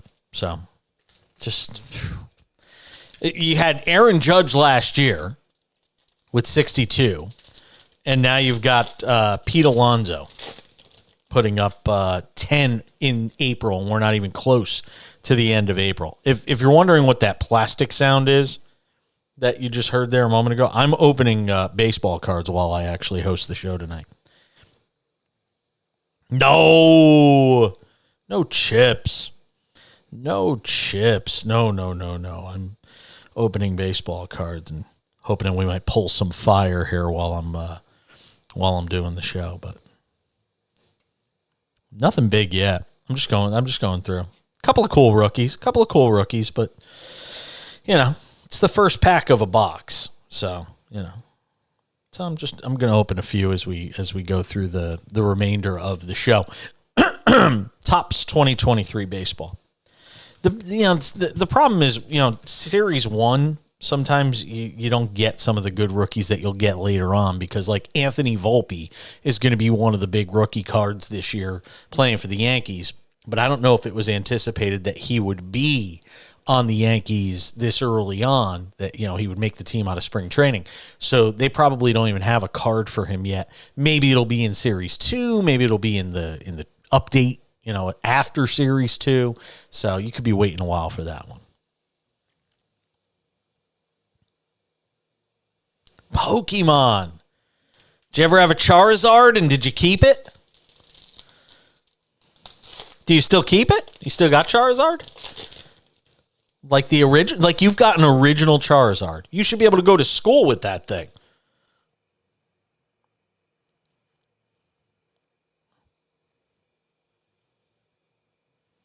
Oh, it's not that good. Okay.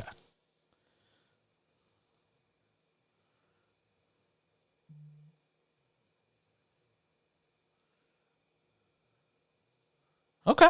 That's not bad. Ozzy Albies, Brandon Hughes, Ronald Acuna Jr., Blake Snell. I'm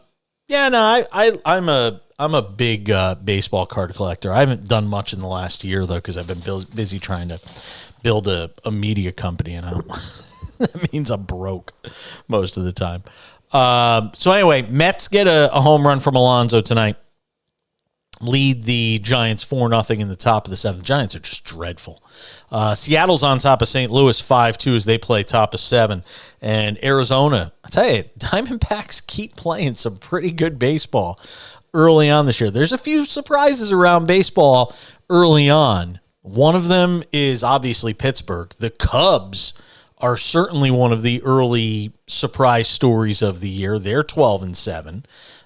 Beat the snot out of the Dodgers today, 13-0. And the Texas Rangers have been really good, except they have one of the distinctions you do not want if you're a Major League Baseball team this year. You know what that is? They lost to the Oakland A's today. And the Oakland A's are going to be not just bad this year, as we talked about yesterday on the show with Mark Carrig from The Athletic. They are going to be historically bad. Like, they could be 60s Mets bad. Like, that's how terrible. Nope. They're really bad. Oakland beat Texas 5-4 today for their fourth win of the year. The A's are 4-16. And they beat the first place Rangers today 5-4. So that's not something that you're gonna see a lot this year. It's not one of the distinctions you want, is to be a team that loses to the Oakland A's. Actually, their best pitcher did go today, J.P. Sears. So,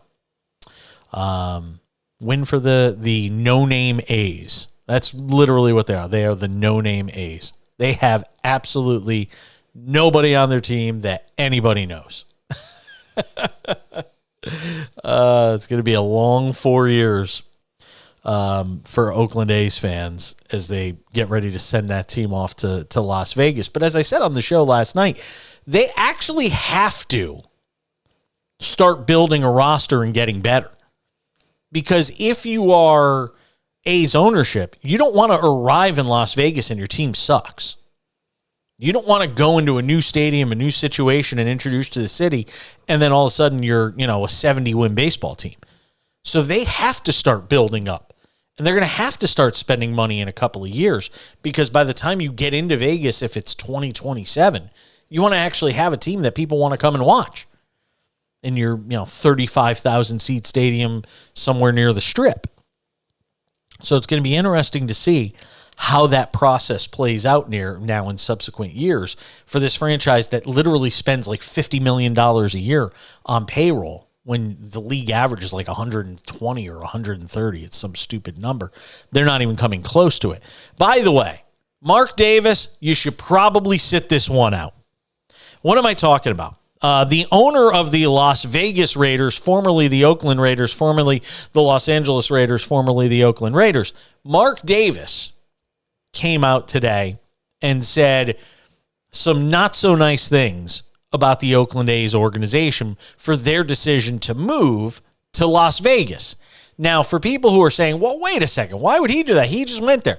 There's been beef between the A's and the Raiders for years because of infighting when both of them shared Oakland Alameda County Coliseum. And, the Raiders wanted it to be basically their stadium that the A's played in.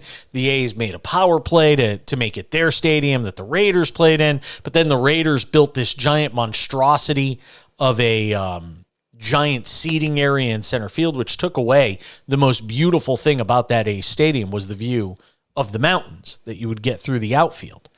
And once the A's built what's known as Mount Davis, it literally destroyed that stadium. And it was the beginning of the end.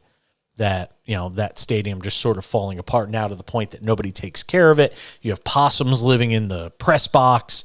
You've got overflowing toilets. It's like a scene out of Major League. Like, it's that kind of bad. But for Mark Davis, of all the people in the world, one of the reasons now that Oakland will not have a Major League franchise is because also Mark Davis took the Raiders and got the better deal in Las Vegas. For him to sit there and say, well, I won't forget what they did to us in Oakland. They squatted on a lease and blah, blah, blah. Seriously, Mark Davis, work more on your, dress attire. Work more on fixing that bowl head haircut you got. Work more on trying to, get your team to some sort of level of respectability, which it feels like it's forever since it's had. Don't worry about the A's. You got enough peccadillos. You got enough crap in your closet. You don't need to go sit there and bang on the A's for leaving to go to Las Vegas for a better deal when you did the same thing. And like I said, the city of Oakland, they're not without culpability in this.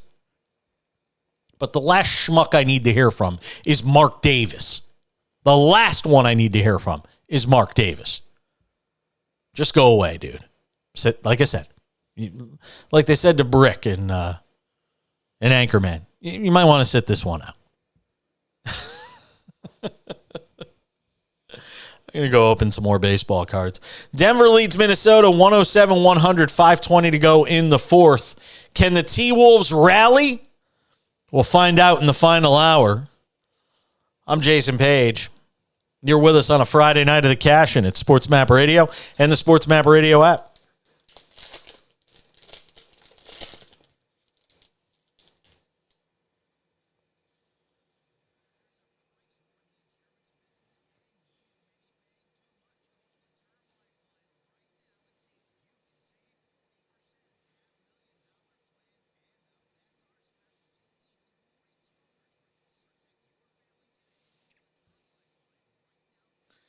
Got an Oakland A's commemorative. An Oakland A's. Of all the special insert cards you can get, I get an Oakland A's commemorative patch for Shea Langoliers. Seriously? Ugh. I'd rather get a card of an umpire. Jesus.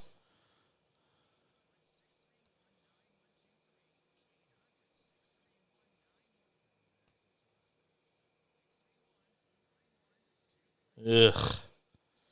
Miguel Cabrera. Alright, Brady Singer.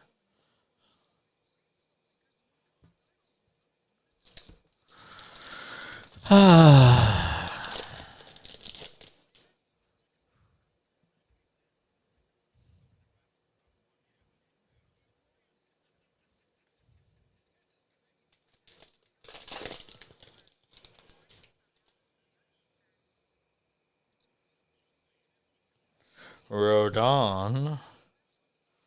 Mountcastle.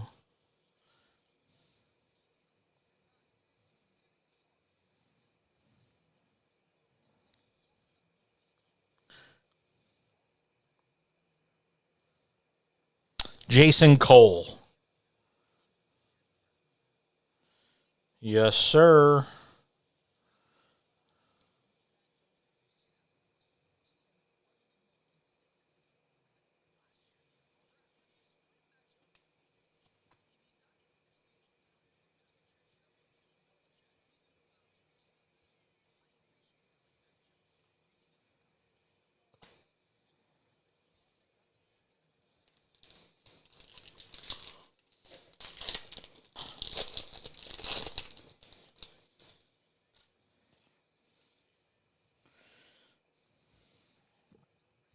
Hunter Brown.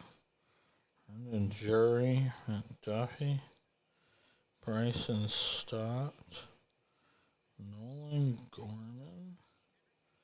Torres. Oscar Gonzalez.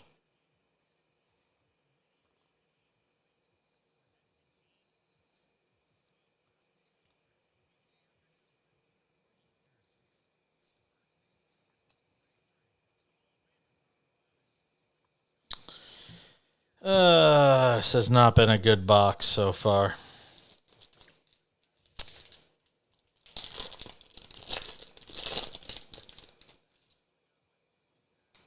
Uh-oh. Uh-oh, I got something in this box. Hold on.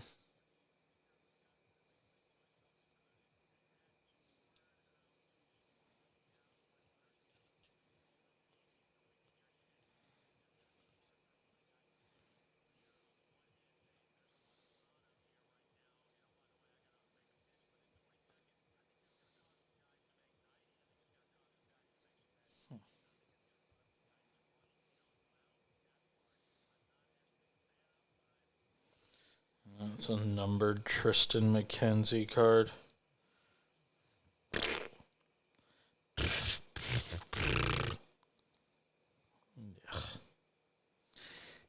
Sanchez, Trevor Lawrence.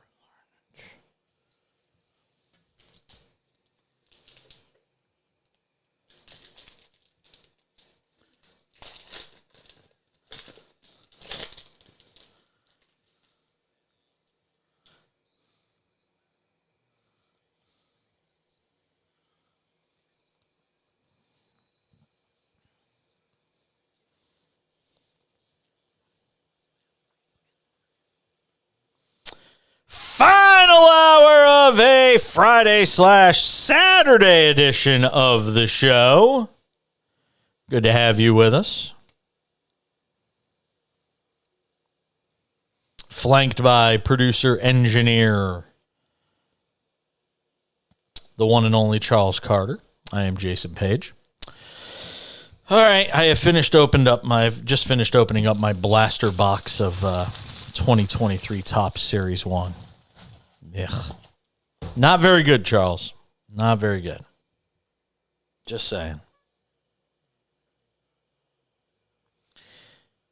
No, not very happy. I mean, when the insert card you get is I'll even put it up on the screen for people who are watching the show. This was the insert card that I got. It is a Shea Langoliers rookie commemorative team logo patch relic card. I mean, there are a few things I guess, soon it'll be a real relic because Oakland won't be in, the A's won't be in Oakland anymore. So I guess maybe it's something, but I mean, anytime you get anything Oakland related, you're just like, really? So anyway, maybe it's in honor of the fact that the A's won their 4th game of the year this year. They're 4-16. Oy vey. We're keeping tabs on the NBA playoff games, keeping you up to date on that. What it all means. 3:02 to go, 4th quarter. Denver leads Minnesota 111-104. We have a live bet that we gave to our audience earlier in the show. We said take the T-Wolves plus 8.5. So right now, if the game ended right now, you'd be a winner. Unfortunately, the game does not end right now. And we got to sit there and just hope that they stay within 8.5 here. Big news out of the NBA today. Nick Nurse was fired as the head coach of the Toronto Raptors. I don't know how many people saw that coming, but I don't think most people believed that Nick Nurse was at risk. That team made the play-in tournament. He won a championship. It's winning championships used to kind of grandfather you in for a while. It used to be one of those things where if you won a championship, you're gonna be around for a minute. And Nick Nurse won a championship. People seem to forget. It wasn't that long ago that Nick Nurse won a 2019 NBA championship. He was coach of the year in 2020.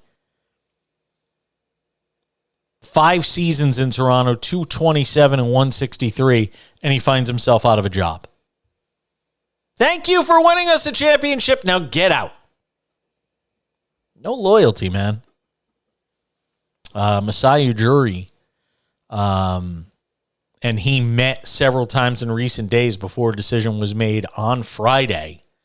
What's more interesting than the fact that Nurse is out is that Ime Udoka appears to be in, which is really just remarkable when you think about it. Everybody talked about how serious this entire thing was with Ime Udoka in Boston with the Celtics. Inappropriate relationship with some team traveling secretary, and forget that he was cheating on his wife or anything like that. Forget all that. And the stupidity involved in all that. But this was supposed to be like a career killer for Ime Udoka. Remember when Matt Barnes was on social media saying, wow, I've heard more of the details and I can't really talk about it, but man, this is really bad stuff. Yeah, it's so bad that he basically had to sit out 1 year. Probably got paid for a lot of it too, if I'm not mistaken. And now he's going to be a head coach in the league again. And it's not like he's going to coach Detroit or Houston or, San Antonio, some team, Charlotte, one of these really bad teams in the league. He gets a team that's actually pretty good and has talent. He's not going to take over a complete redo. He's getting a team that won a championship, 3 years ago, 4 years ago? I mean, that's pretty remarkable when you get down to it. That Ime Udoka, pretty soft landing. He gets a Toronto team that went 41-41 this year before losing to the Bulls in the 9-10 game of the Eastern Conference play-in tournament. And again, what he did was supposed to be this horrible, horrible thing. You wondered who was going to be the franchise that took a shot on him. Remember when the Nets fired when the Nets fired Steve Nash, there was this idea, will they go and get Ime Udoka? But they already had so much negative publicity going on from the whole Kyrie Irving situation, Kevin Durant, all these different things, that they said, we just can't take another PR hit. So they went with Jacques Vaughn. And by the way, Jacques Vaughn is very deserving. He did an amazing job with that franchise this year, getting them into the postseason, all the injuries he dealt with. Ben Simmons is a train wreck, all of that. But if you gave some truth serum to the powers that be, Joe Tsai, the owner there in Brooklyn, and said, hey, you could have Jacques Vaughn or you could have Ime Udoka coming off a trip to the NBA Finals last year with the Celtics and one of the most highly regarded coaches in the league. You could have him or take Jacques Vaughn. I guarantee if you gave him truth serum, they're telling you they're taking Ime Udoka. And now Toronto gets him.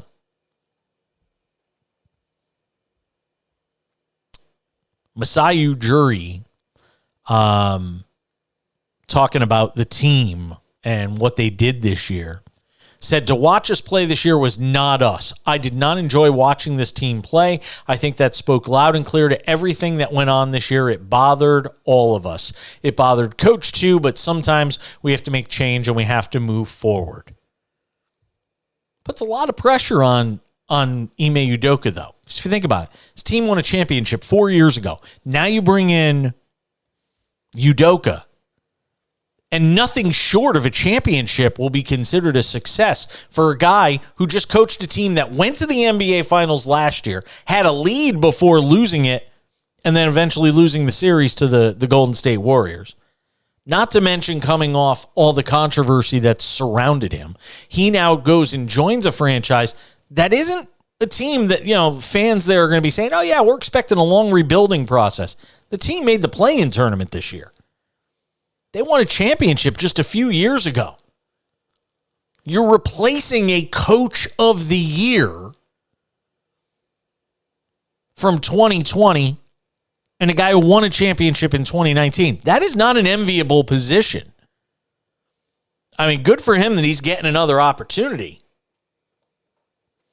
And before you feel bad for Nick Nurse, by the way, the guy's going to get paid. He had 1 year left, more than $8 million left on his contract. Does he land? Yeah, that's what that's exactly where I was going, Charles. No. That's okay. I'm glad you went there because I was just getting ready to go there, and you brought me there. That's fine. There is talk of Nick Nurse landing in Houston with the Rockets. But here's the question. This is an interesting question. Would you rather have the Rockets job where you could wind up with Victor Wembanyama? And I mean, let's be honest. What's going on in Houston is a complete dumpster fire. Complete dumpster fire. And you got to take over. You've got to create a culture of winning in a place where there's just been none for so long. You've got a very young group. You're going to get younger with Wembanyama. And, I mean, that's going to take some time. And I wonder if Nurse even takes that job. Sit out another year? Or do you want to get Wembanyama right from the start? Maybe. I don't know. Well, it looks like our bet on the T-Wolves is going to be a loser. Oh, my God. And they're going to lose by a half a point. Are you serious? Is this really happening? Oh, my God. We said take Minnesota plus 8.5. What do you think the final score was? 120-111. They lost by 9. Oy vey, man. What a rough night. The Knicks bet that I would have made, 177.5. Said take the under. It went 178. Said take Minnesota plus 8.5. They lose by 9. Sometimes you're the bat, sometimes you're the ball, man. Sometimes you're the bug, sometimes you're the windshield. It's just awful. Tonight it has not been fun. Two losers. Just a moment of silence for people's checkbooks. Okay, we're moving on. What's the win?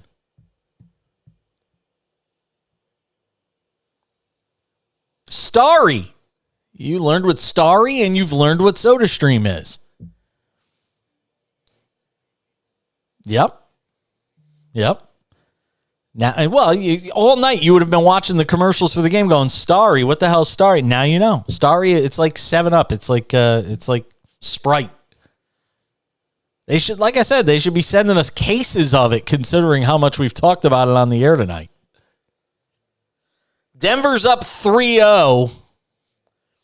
So it looks like they're going to have a walkthrough to the next round of the postseason. We're back. We'll update you on the hockey next on the Cash In at SportsMap Radio. Where's my bottle of Starry? Let me see. See if I can find it. I'm going to find my bottle of Starry. There it is.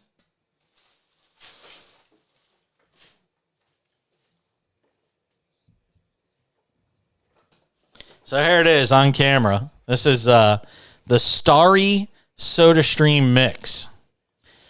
So you take a little like half a cap of this stuff.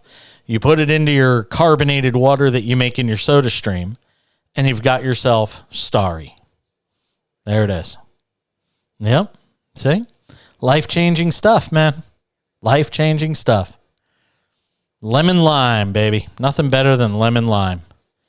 I'm not going to try it till tomorrow, though, because it has 45 calories in it, and I do intermittent fasting, so I can't have any calories after like 4 p.m. So, yeah, I got to be a good boy. I had Wetzel's pretzels today. You ever have that? That's healthy. Yeah. I've never eaten one. I've seen them, but I've never eaten one. That's right up that alley, then, if you like that stuff.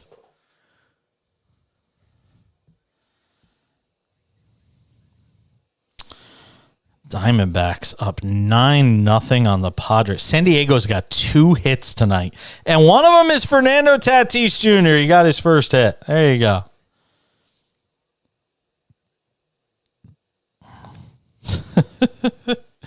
I gotta play the highlight of it.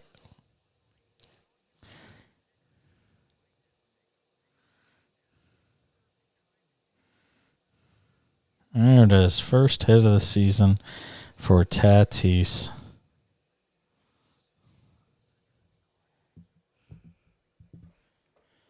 Go Cubs, go. Go Cubs, go. Hey, Chicago, what do you say? Cubs are gonna win today.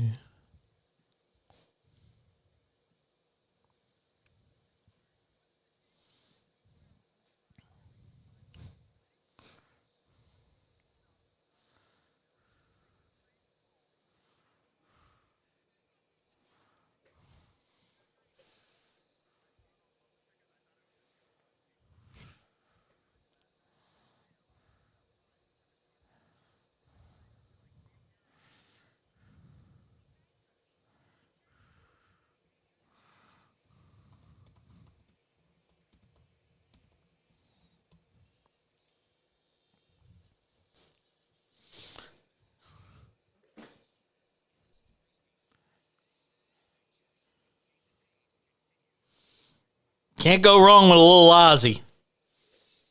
No, sir. End of 2, Oilers and Kings are tied at 2. Of course, if you were watching the show right now, you'd see that on our streaming ticker at the bottom of the screen. We've added that to the video feed of the show. So every night, if you watch us on Twitch, on TikTok, on Twitter. No, we're not on TikTok yet. Sorry. We're on Twitter, though, at the back page. You know who else is on Twitter, by the way? LeBron James is on Twitter. Did you see the story how everybody's losing their blue check marks this week? I had a blue check mark. I've had a blue check mark since 2011, I believe. I've had a blue check mark. My blue check mark was about 12 years old, and my blue check mark was taken away from me this week because I refused to pay Elon Musk $8 a month for the honor of saying I have a blue check mark.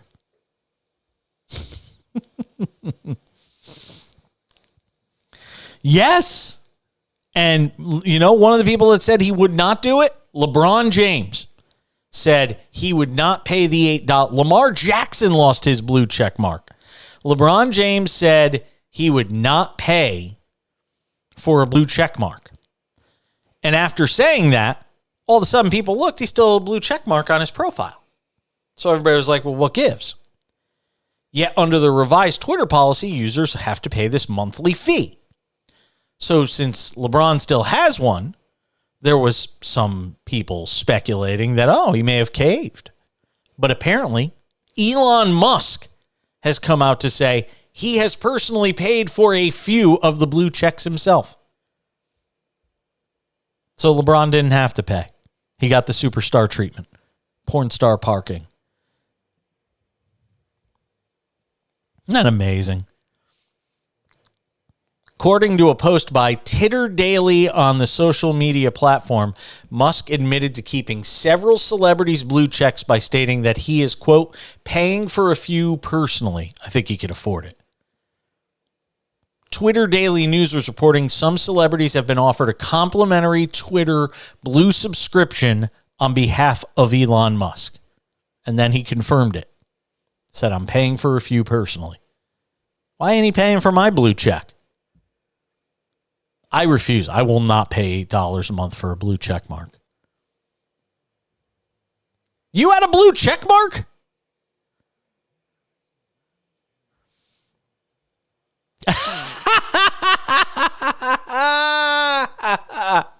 Well, with all due respect, Charles, come on. Come on, Charles. Don't hate the player, hate the game. I mean, come on, man. Yes, I did sound surprised when I said when you said that. And that was not me feigning surprise. That was legitimate surprise when you said you lost a blue check mark. Because I just never would have assumed you had one, but you could have. You never know. Listen, back in the day, they were giving them to anyone. When I got mine in 2011, I literally had like 2,000 Twitter followers. And I only have like 4,500 now because I'm just not a whore to social media. I just don't do it. I get into little streaks where I'll go and post stuff, but I'm not spending every hour of my day. If I could pay somebody, if I had it in my company's budget right now and I could pay somebody to just do all my social media for me, then that'd be fine and I'd do it.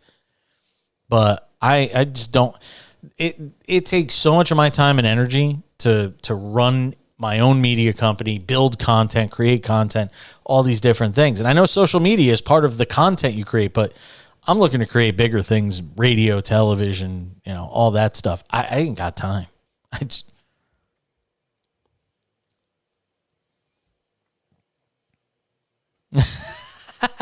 Yes, exactly. So Pop Base mentioned a few celebrities had maintained their check marks, including LeBron James and Stephen King, who also stated that he refused to purchase the service. Musk responded to the tweet by saying it's only 3 celebrities, James, King, and William Shatner? Really? The 3 celebrities that you pay for are LeBron James, Stephen King, and William Shatner. Wow.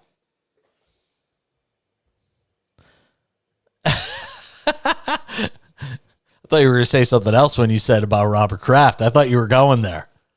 I thought you were talking about getting happy endings at like massage parlors or something like that. I was like, wow, Charles.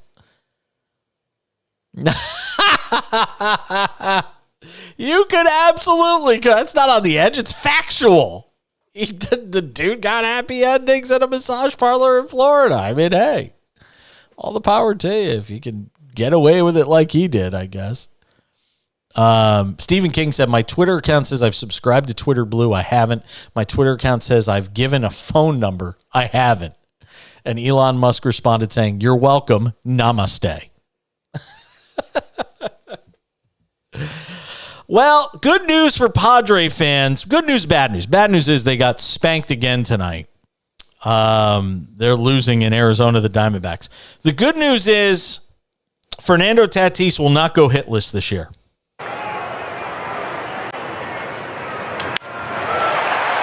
Tatis has his first base hit of 2023. Just the second hit for San Diego. Gallen had retired 14 consecutive. Oh, yeah. He had a big smile on his face, too. Made some gesture towards the dugout. So Fernando Tatis Jr. gets his first hit of the year. Top of the ninth in Arizona. Diamondbacks lead the Padres 9-0. D-backs getting some production tonight out of Kettle Marte, who's 3 for 5. A couple of RBIs in that game. I'm trying to see who's hitting the ball for the Diamondbacks. Josh Rojas. Wow, Josh Rojas is hitting .323 for the Diamondbacks. This dude's 28 years old. He's never hit for any sort of. He's got 1,200 at bats in his major league career. This is the amazing thing about baseball, how stuff like this happens. Look at a guy like Josh Rojas. Highest he's ever hit in his life, 269 in 2022. He's hitting .324 in the early going. He's 22 for 68 with 10 RBIs in the early going this year. Guy's 28 years old. And I've probably got 5 autographs of his because he's a veritable nobody in baseball. So I've got a whole bunch of his autographs laying around somewhere. Go win the batting title, Josh. I'll sell them all. It's great. Jeez. Update you on the hockey. Minnesota all over Dallas right now. 4-1, 3:01 to go, third period in Mini right now. So Minnesota on top of Dallas, 4-1, on the verge of taking that game and a 2-1 series lead. Edmonton and Los Angeles, that has been one of the most entertaining series in the early going of this NHL postseason. They are tied at 2, early third period out at Crypto in LA. Series knotted up at 1 game apiece. You all know how good Edmonton have been this year. Kings sort of, scuffled through the season. They traded away Jonathan Quick. And that series tied at 2. I'll probably flip that game on here in a couple of minutes. Keep an eye on that for the rest of the night. Later on in the hour, by the way, we'll be joined by Jason Cole. He is the 2-for-1 tonight. Talk to him about the gambling controversy going on in the NFL with a bunch of guys from the Lions in trouble, things going on around the office there that shouldn't have been going on. It's just bad situation for the Lions organization and for the NFL, and this is something that sports leagues are just going to constantly have to address. So far, it only seems to have been an issue in the NFL, though. Calvin Ridley, the situation in Atlanta with him. Now he's in Jacksonville getting a fresh start after basically losing all of last year to a gambling suspension. But it seems like so far, the only real gambling suspensions have been related to the NFL and the Chinese Basketball Association. Did you hear about that whole thing? They had people you didn't hear about this? They had a team that was accused of fixing the end of a game. Like there was like 8 turnovers in like the final minute and a half of the game. And finally, people were like, "All right, something ain't right here," and they came to find out there was like guys throwing balls around intentionally, like committing turnovers intentionally late in a game. It's like what? It's like Black Sox. Yeah, Chinese Basketball Association, which Yao Ming is in charge of. Or as Bill Walton would say, Yao Ming.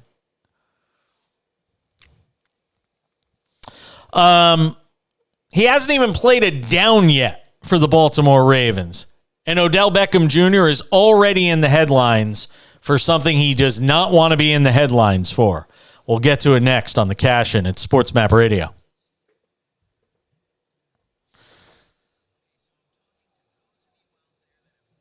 Josh Rojas. Yeah, go ahead.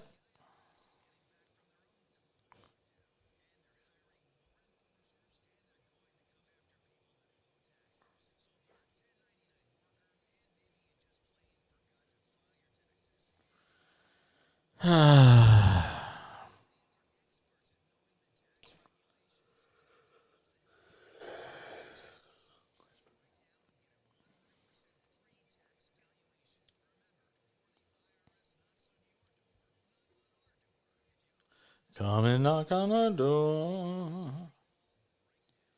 Yes.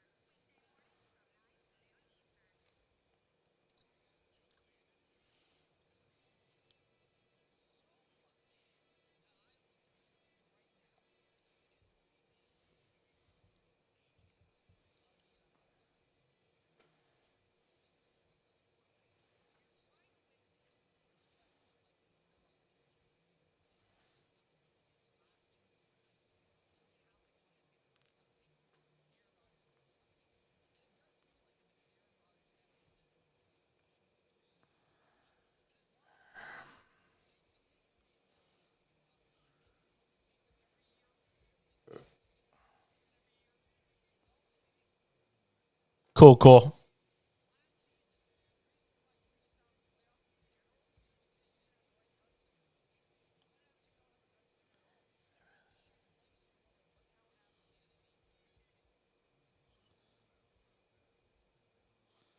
Ah. Ugh. Yes. Nah, see, this is something you should be talking about on the air. This is not a conversation for off the air.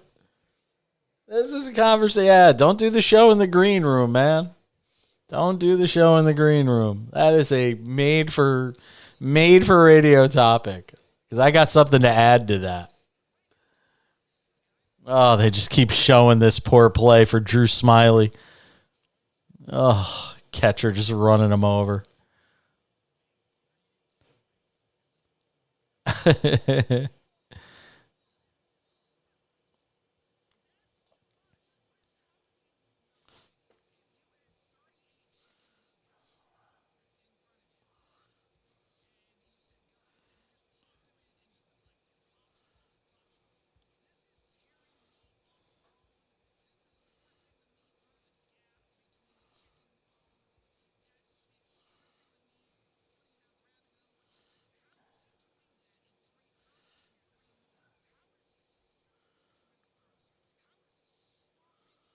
Ugh, that is gross.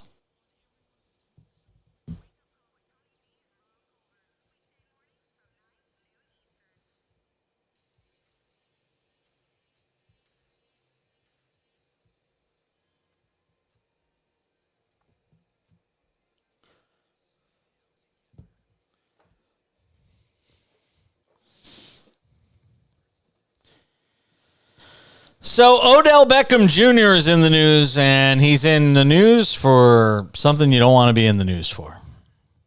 Whenever you're in a TMZ report and you're a professional athlete, chances are it's not going to end well. Thankfully, in this case, it sounds like this is more smoke than fire. But still, it's just, it is once again one of those cautionary tales of why certain guys are a gamble.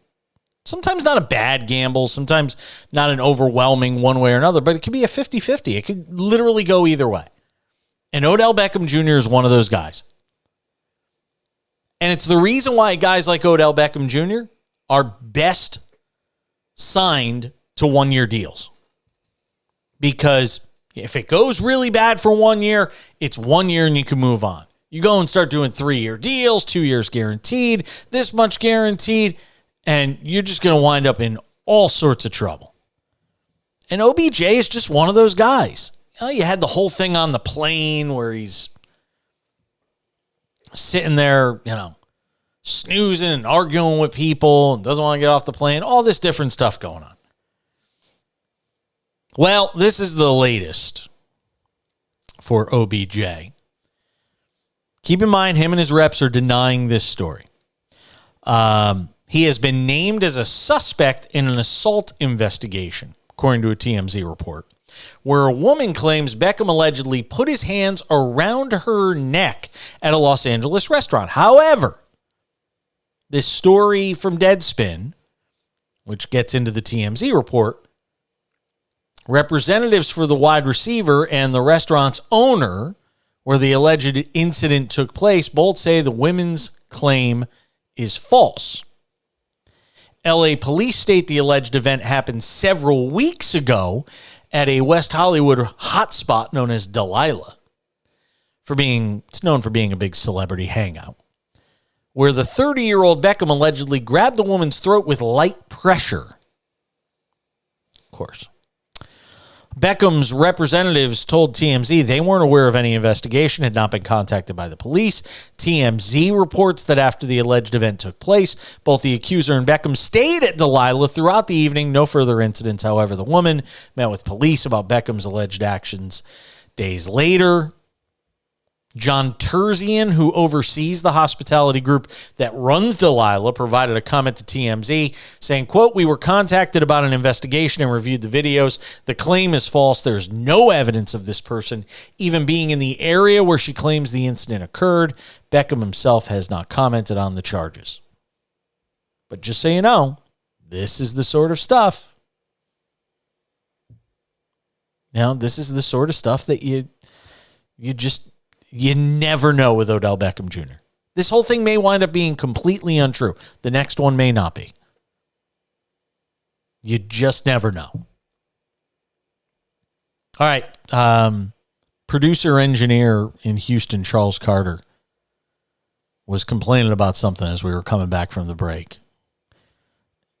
What happened?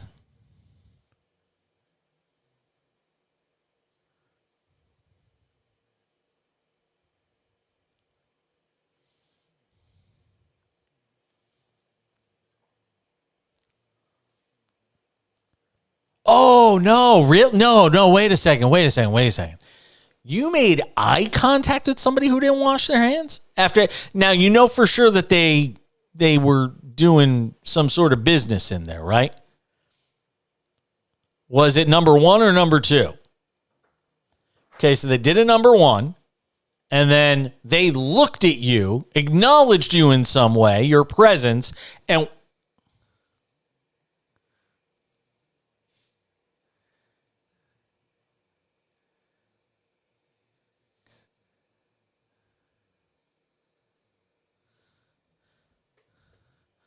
oh, no.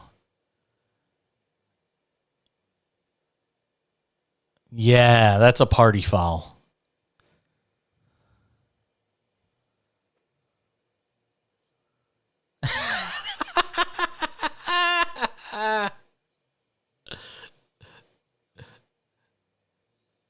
No, go ahead. Okay. Yeah. Okay.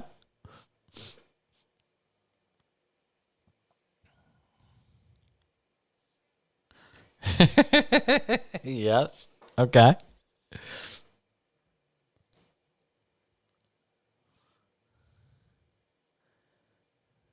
Yeah.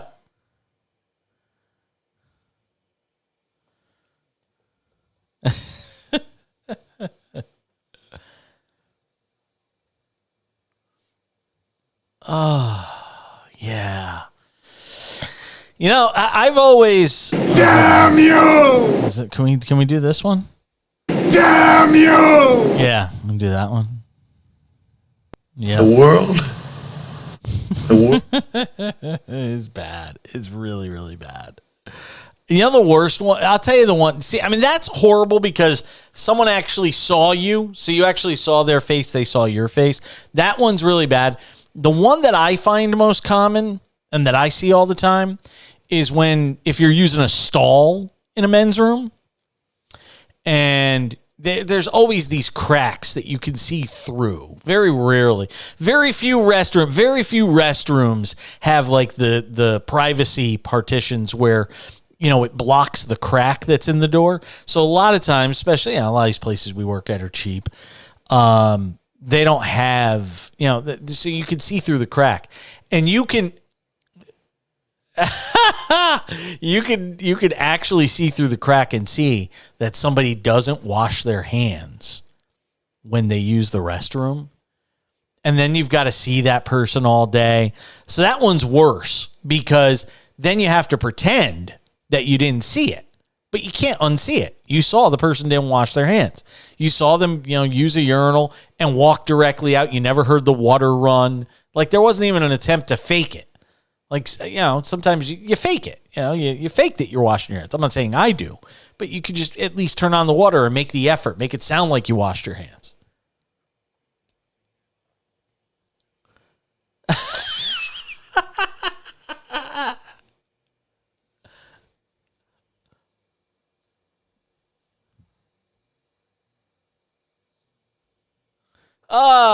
Yeah.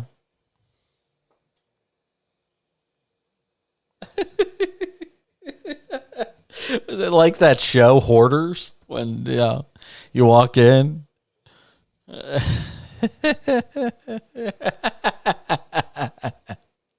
Yeah, I've been there.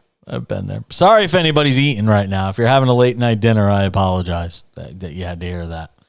But it's, you know, there's some people out there that are just nasty, man.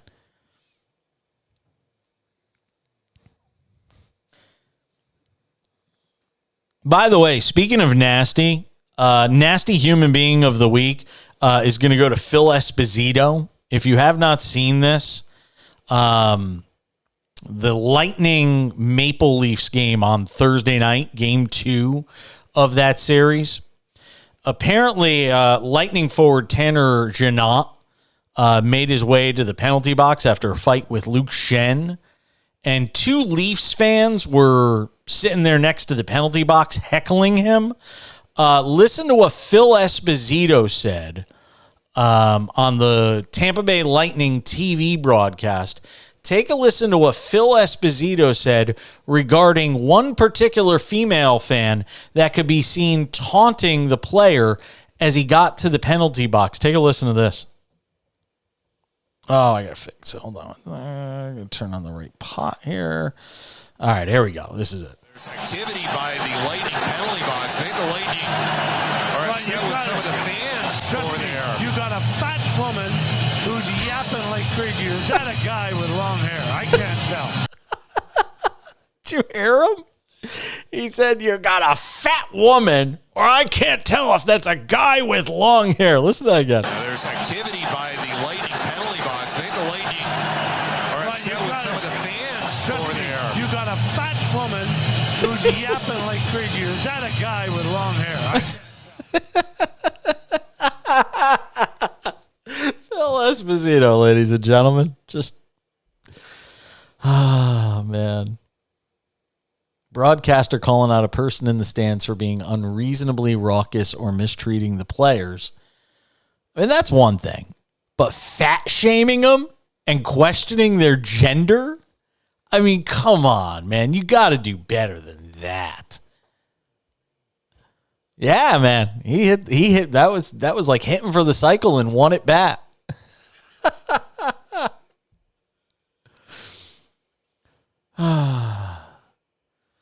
Even Kevin Weeks, who was working on the broadcast, got bent out of shape by it. He said, "You're not in the lineup. You're not playing for the squad. Settle down." Before encouraging the woman not to indulge with a 10th White Claw. Wow. Everybody take a breath. We're coming back.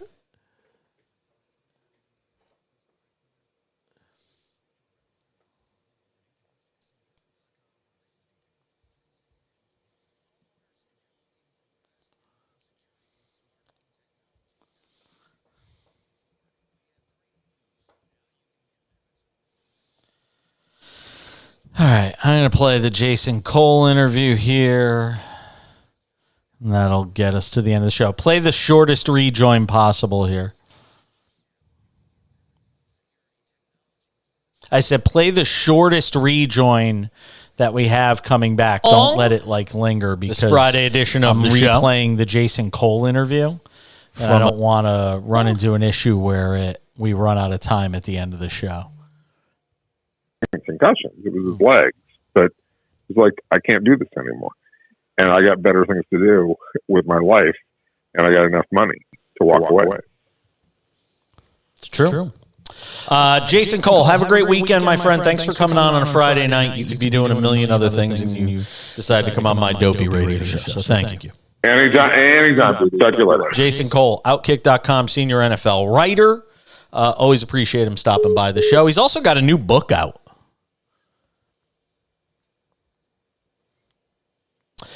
All right, we're coming back. We'll give you a final on the Knick game.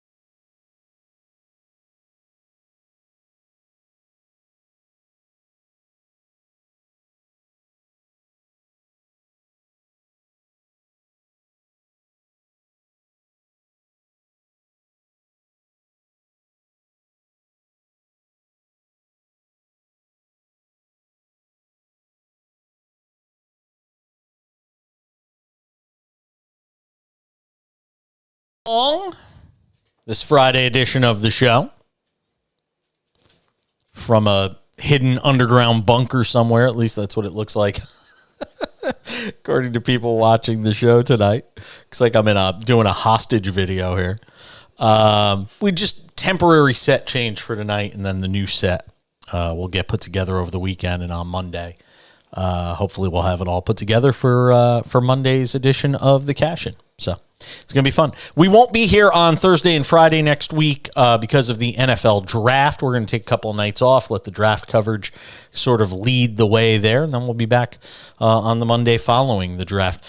Big story in the NFL today had nothing to do with the draft. It had to do with players getting in trouble and for violating the NFL's gambling policy. I want to bring in Jason Cole from Outkick.com, senior NFL writer who joins us here on the program. Look, you got 1,600 players in the league, whatever it is, something like that. 1,600 players in the league. This is going to be, one of the things that results from having legalized sports betting, and there's no real way around it, is there? No, although the idea that you have like team employees having like some kind of like betting operation going on, which may not be all that serious, but nonetheless exists. Like, I don't know if this is just the old rank your teams and rank the games in order, or the suicide pools, or all those kinds of things that they have, or fantasy football. Fantasy football wouldn't qualify for them, but I don't know how serious the gambling is. But when it's going on in the office, like, you took it a step too far. That's a kind of a non-starter. I got to agree with the league on that one. Do you think that, do you think there is, and maybe you know the answer to this, is there education that's going on around the league around this? Well, there's education about betting when the guys get to college. And, like, they know that they're not supposed to bet on games. There are plenty of guys. I was on another radio show, and they asked me what percentage. I think 30 to 40% of players gamble in some way, shape, or form. Some of that's very innocent. Some of it is very hardcore and serious, right? But I think it's a pretty high percentage of guys, because this group of guys fits the profile of people who like to gamble, right? So I do think there's a lot of betting that goes on. It just doesn't get caught, and guys are a little better and a little more clandestine about it. And again, when it's an operation that's going on within the facility, that's just something that can't be tolerated. And this is the great fear that the league has of, guys gambling and getting caught in some kind of serious, sting operation. You just can't have this happen. So shut it down, warn employees, get rid of it, get it out of the building. What will be fascinating is when the NFL goes to the model where they have gambling on site. In other words, you got betting houses at stadiums, like they do in Europe right now, for soccer. So how's that going to get controlled? Because they're just feeding the monster even more and more. Yeah, and I think it's fascinating. And I saw this story yesterday or the day before about sports leagues and some of the TV networks. Interestingly enough, ESPN was not a party to this. It was everybody but ESPN that basically signed on to this charter, this pact, saying, we're going to try and have more education, make sure that it's, it's not, anything nefarious going on. And I guess they could do all this stuff all they want. But like I said, and to start this whole conversation, Jason, this is just something that's going to be prevalent. It's going to be pervasive. We hear about guys having card games on team planes and money changing hands and fights breaking out. This is just going to be something that's a part of it. That's been going on for decades, okay? Boo-ray games and middle games.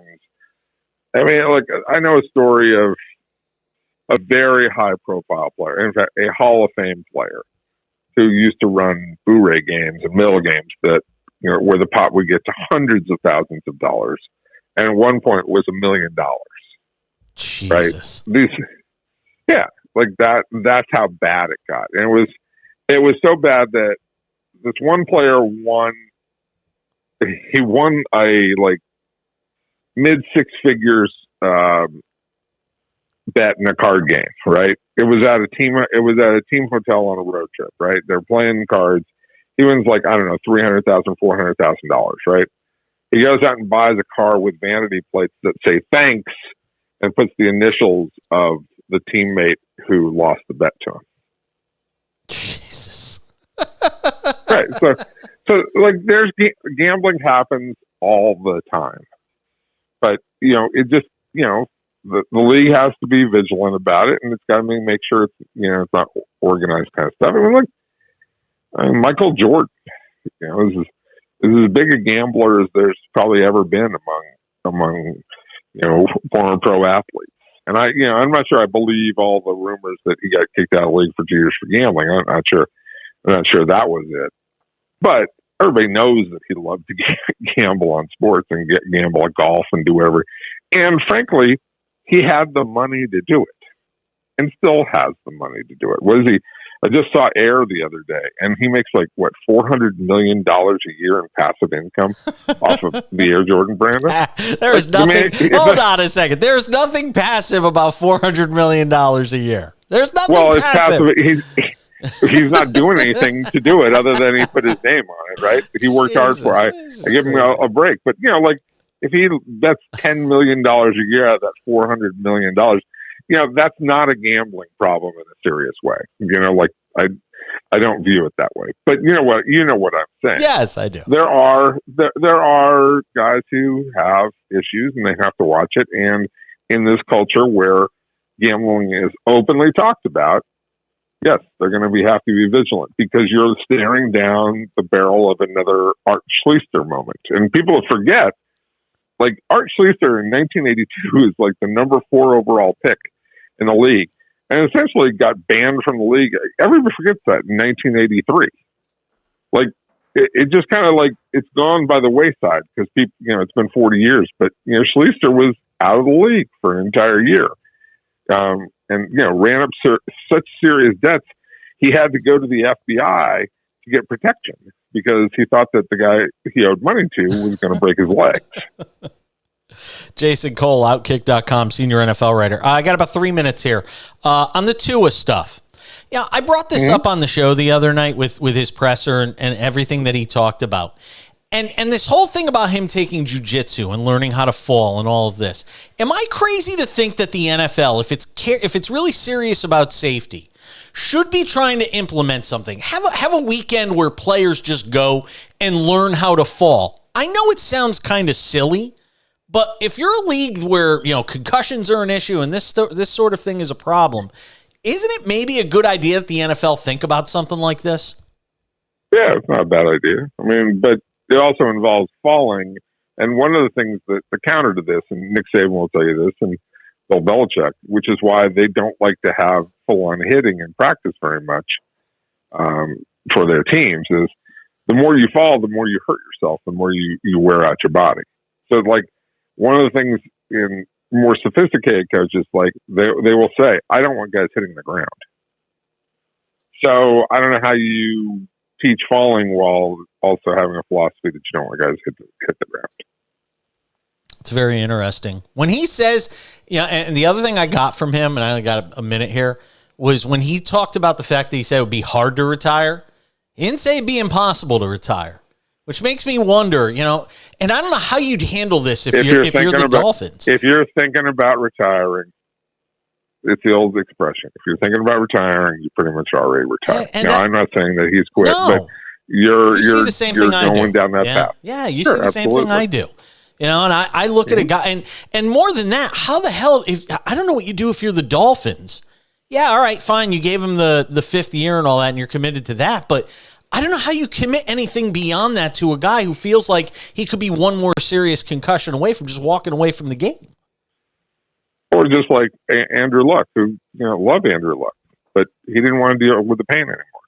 It wasn't concussions, it was his legs, but it's like, I can't do this anymore.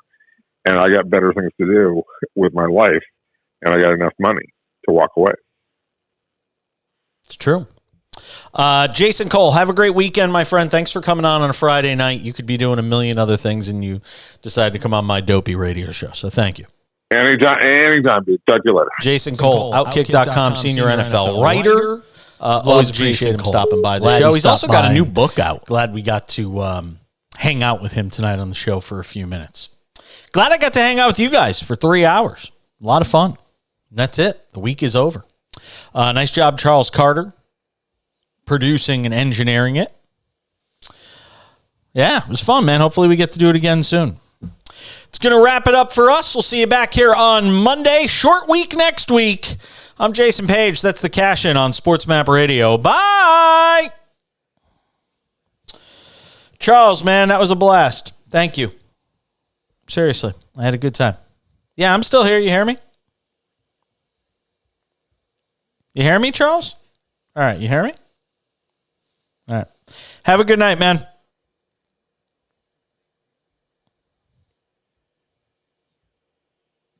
Do you hear me? All right. I don't know why you don't hear me. Yeah, I don't know why you don't hear me. That's weird. All right. Have a good night. I'll see you later.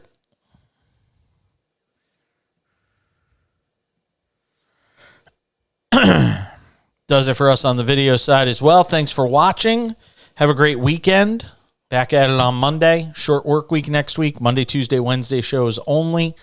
And then you got the NFL draft Thursday and Friday and all that good stuff. Have yourselves a great weekend. Stay safe. Drink Starry. I'll see you all later. Have a good night. Bye.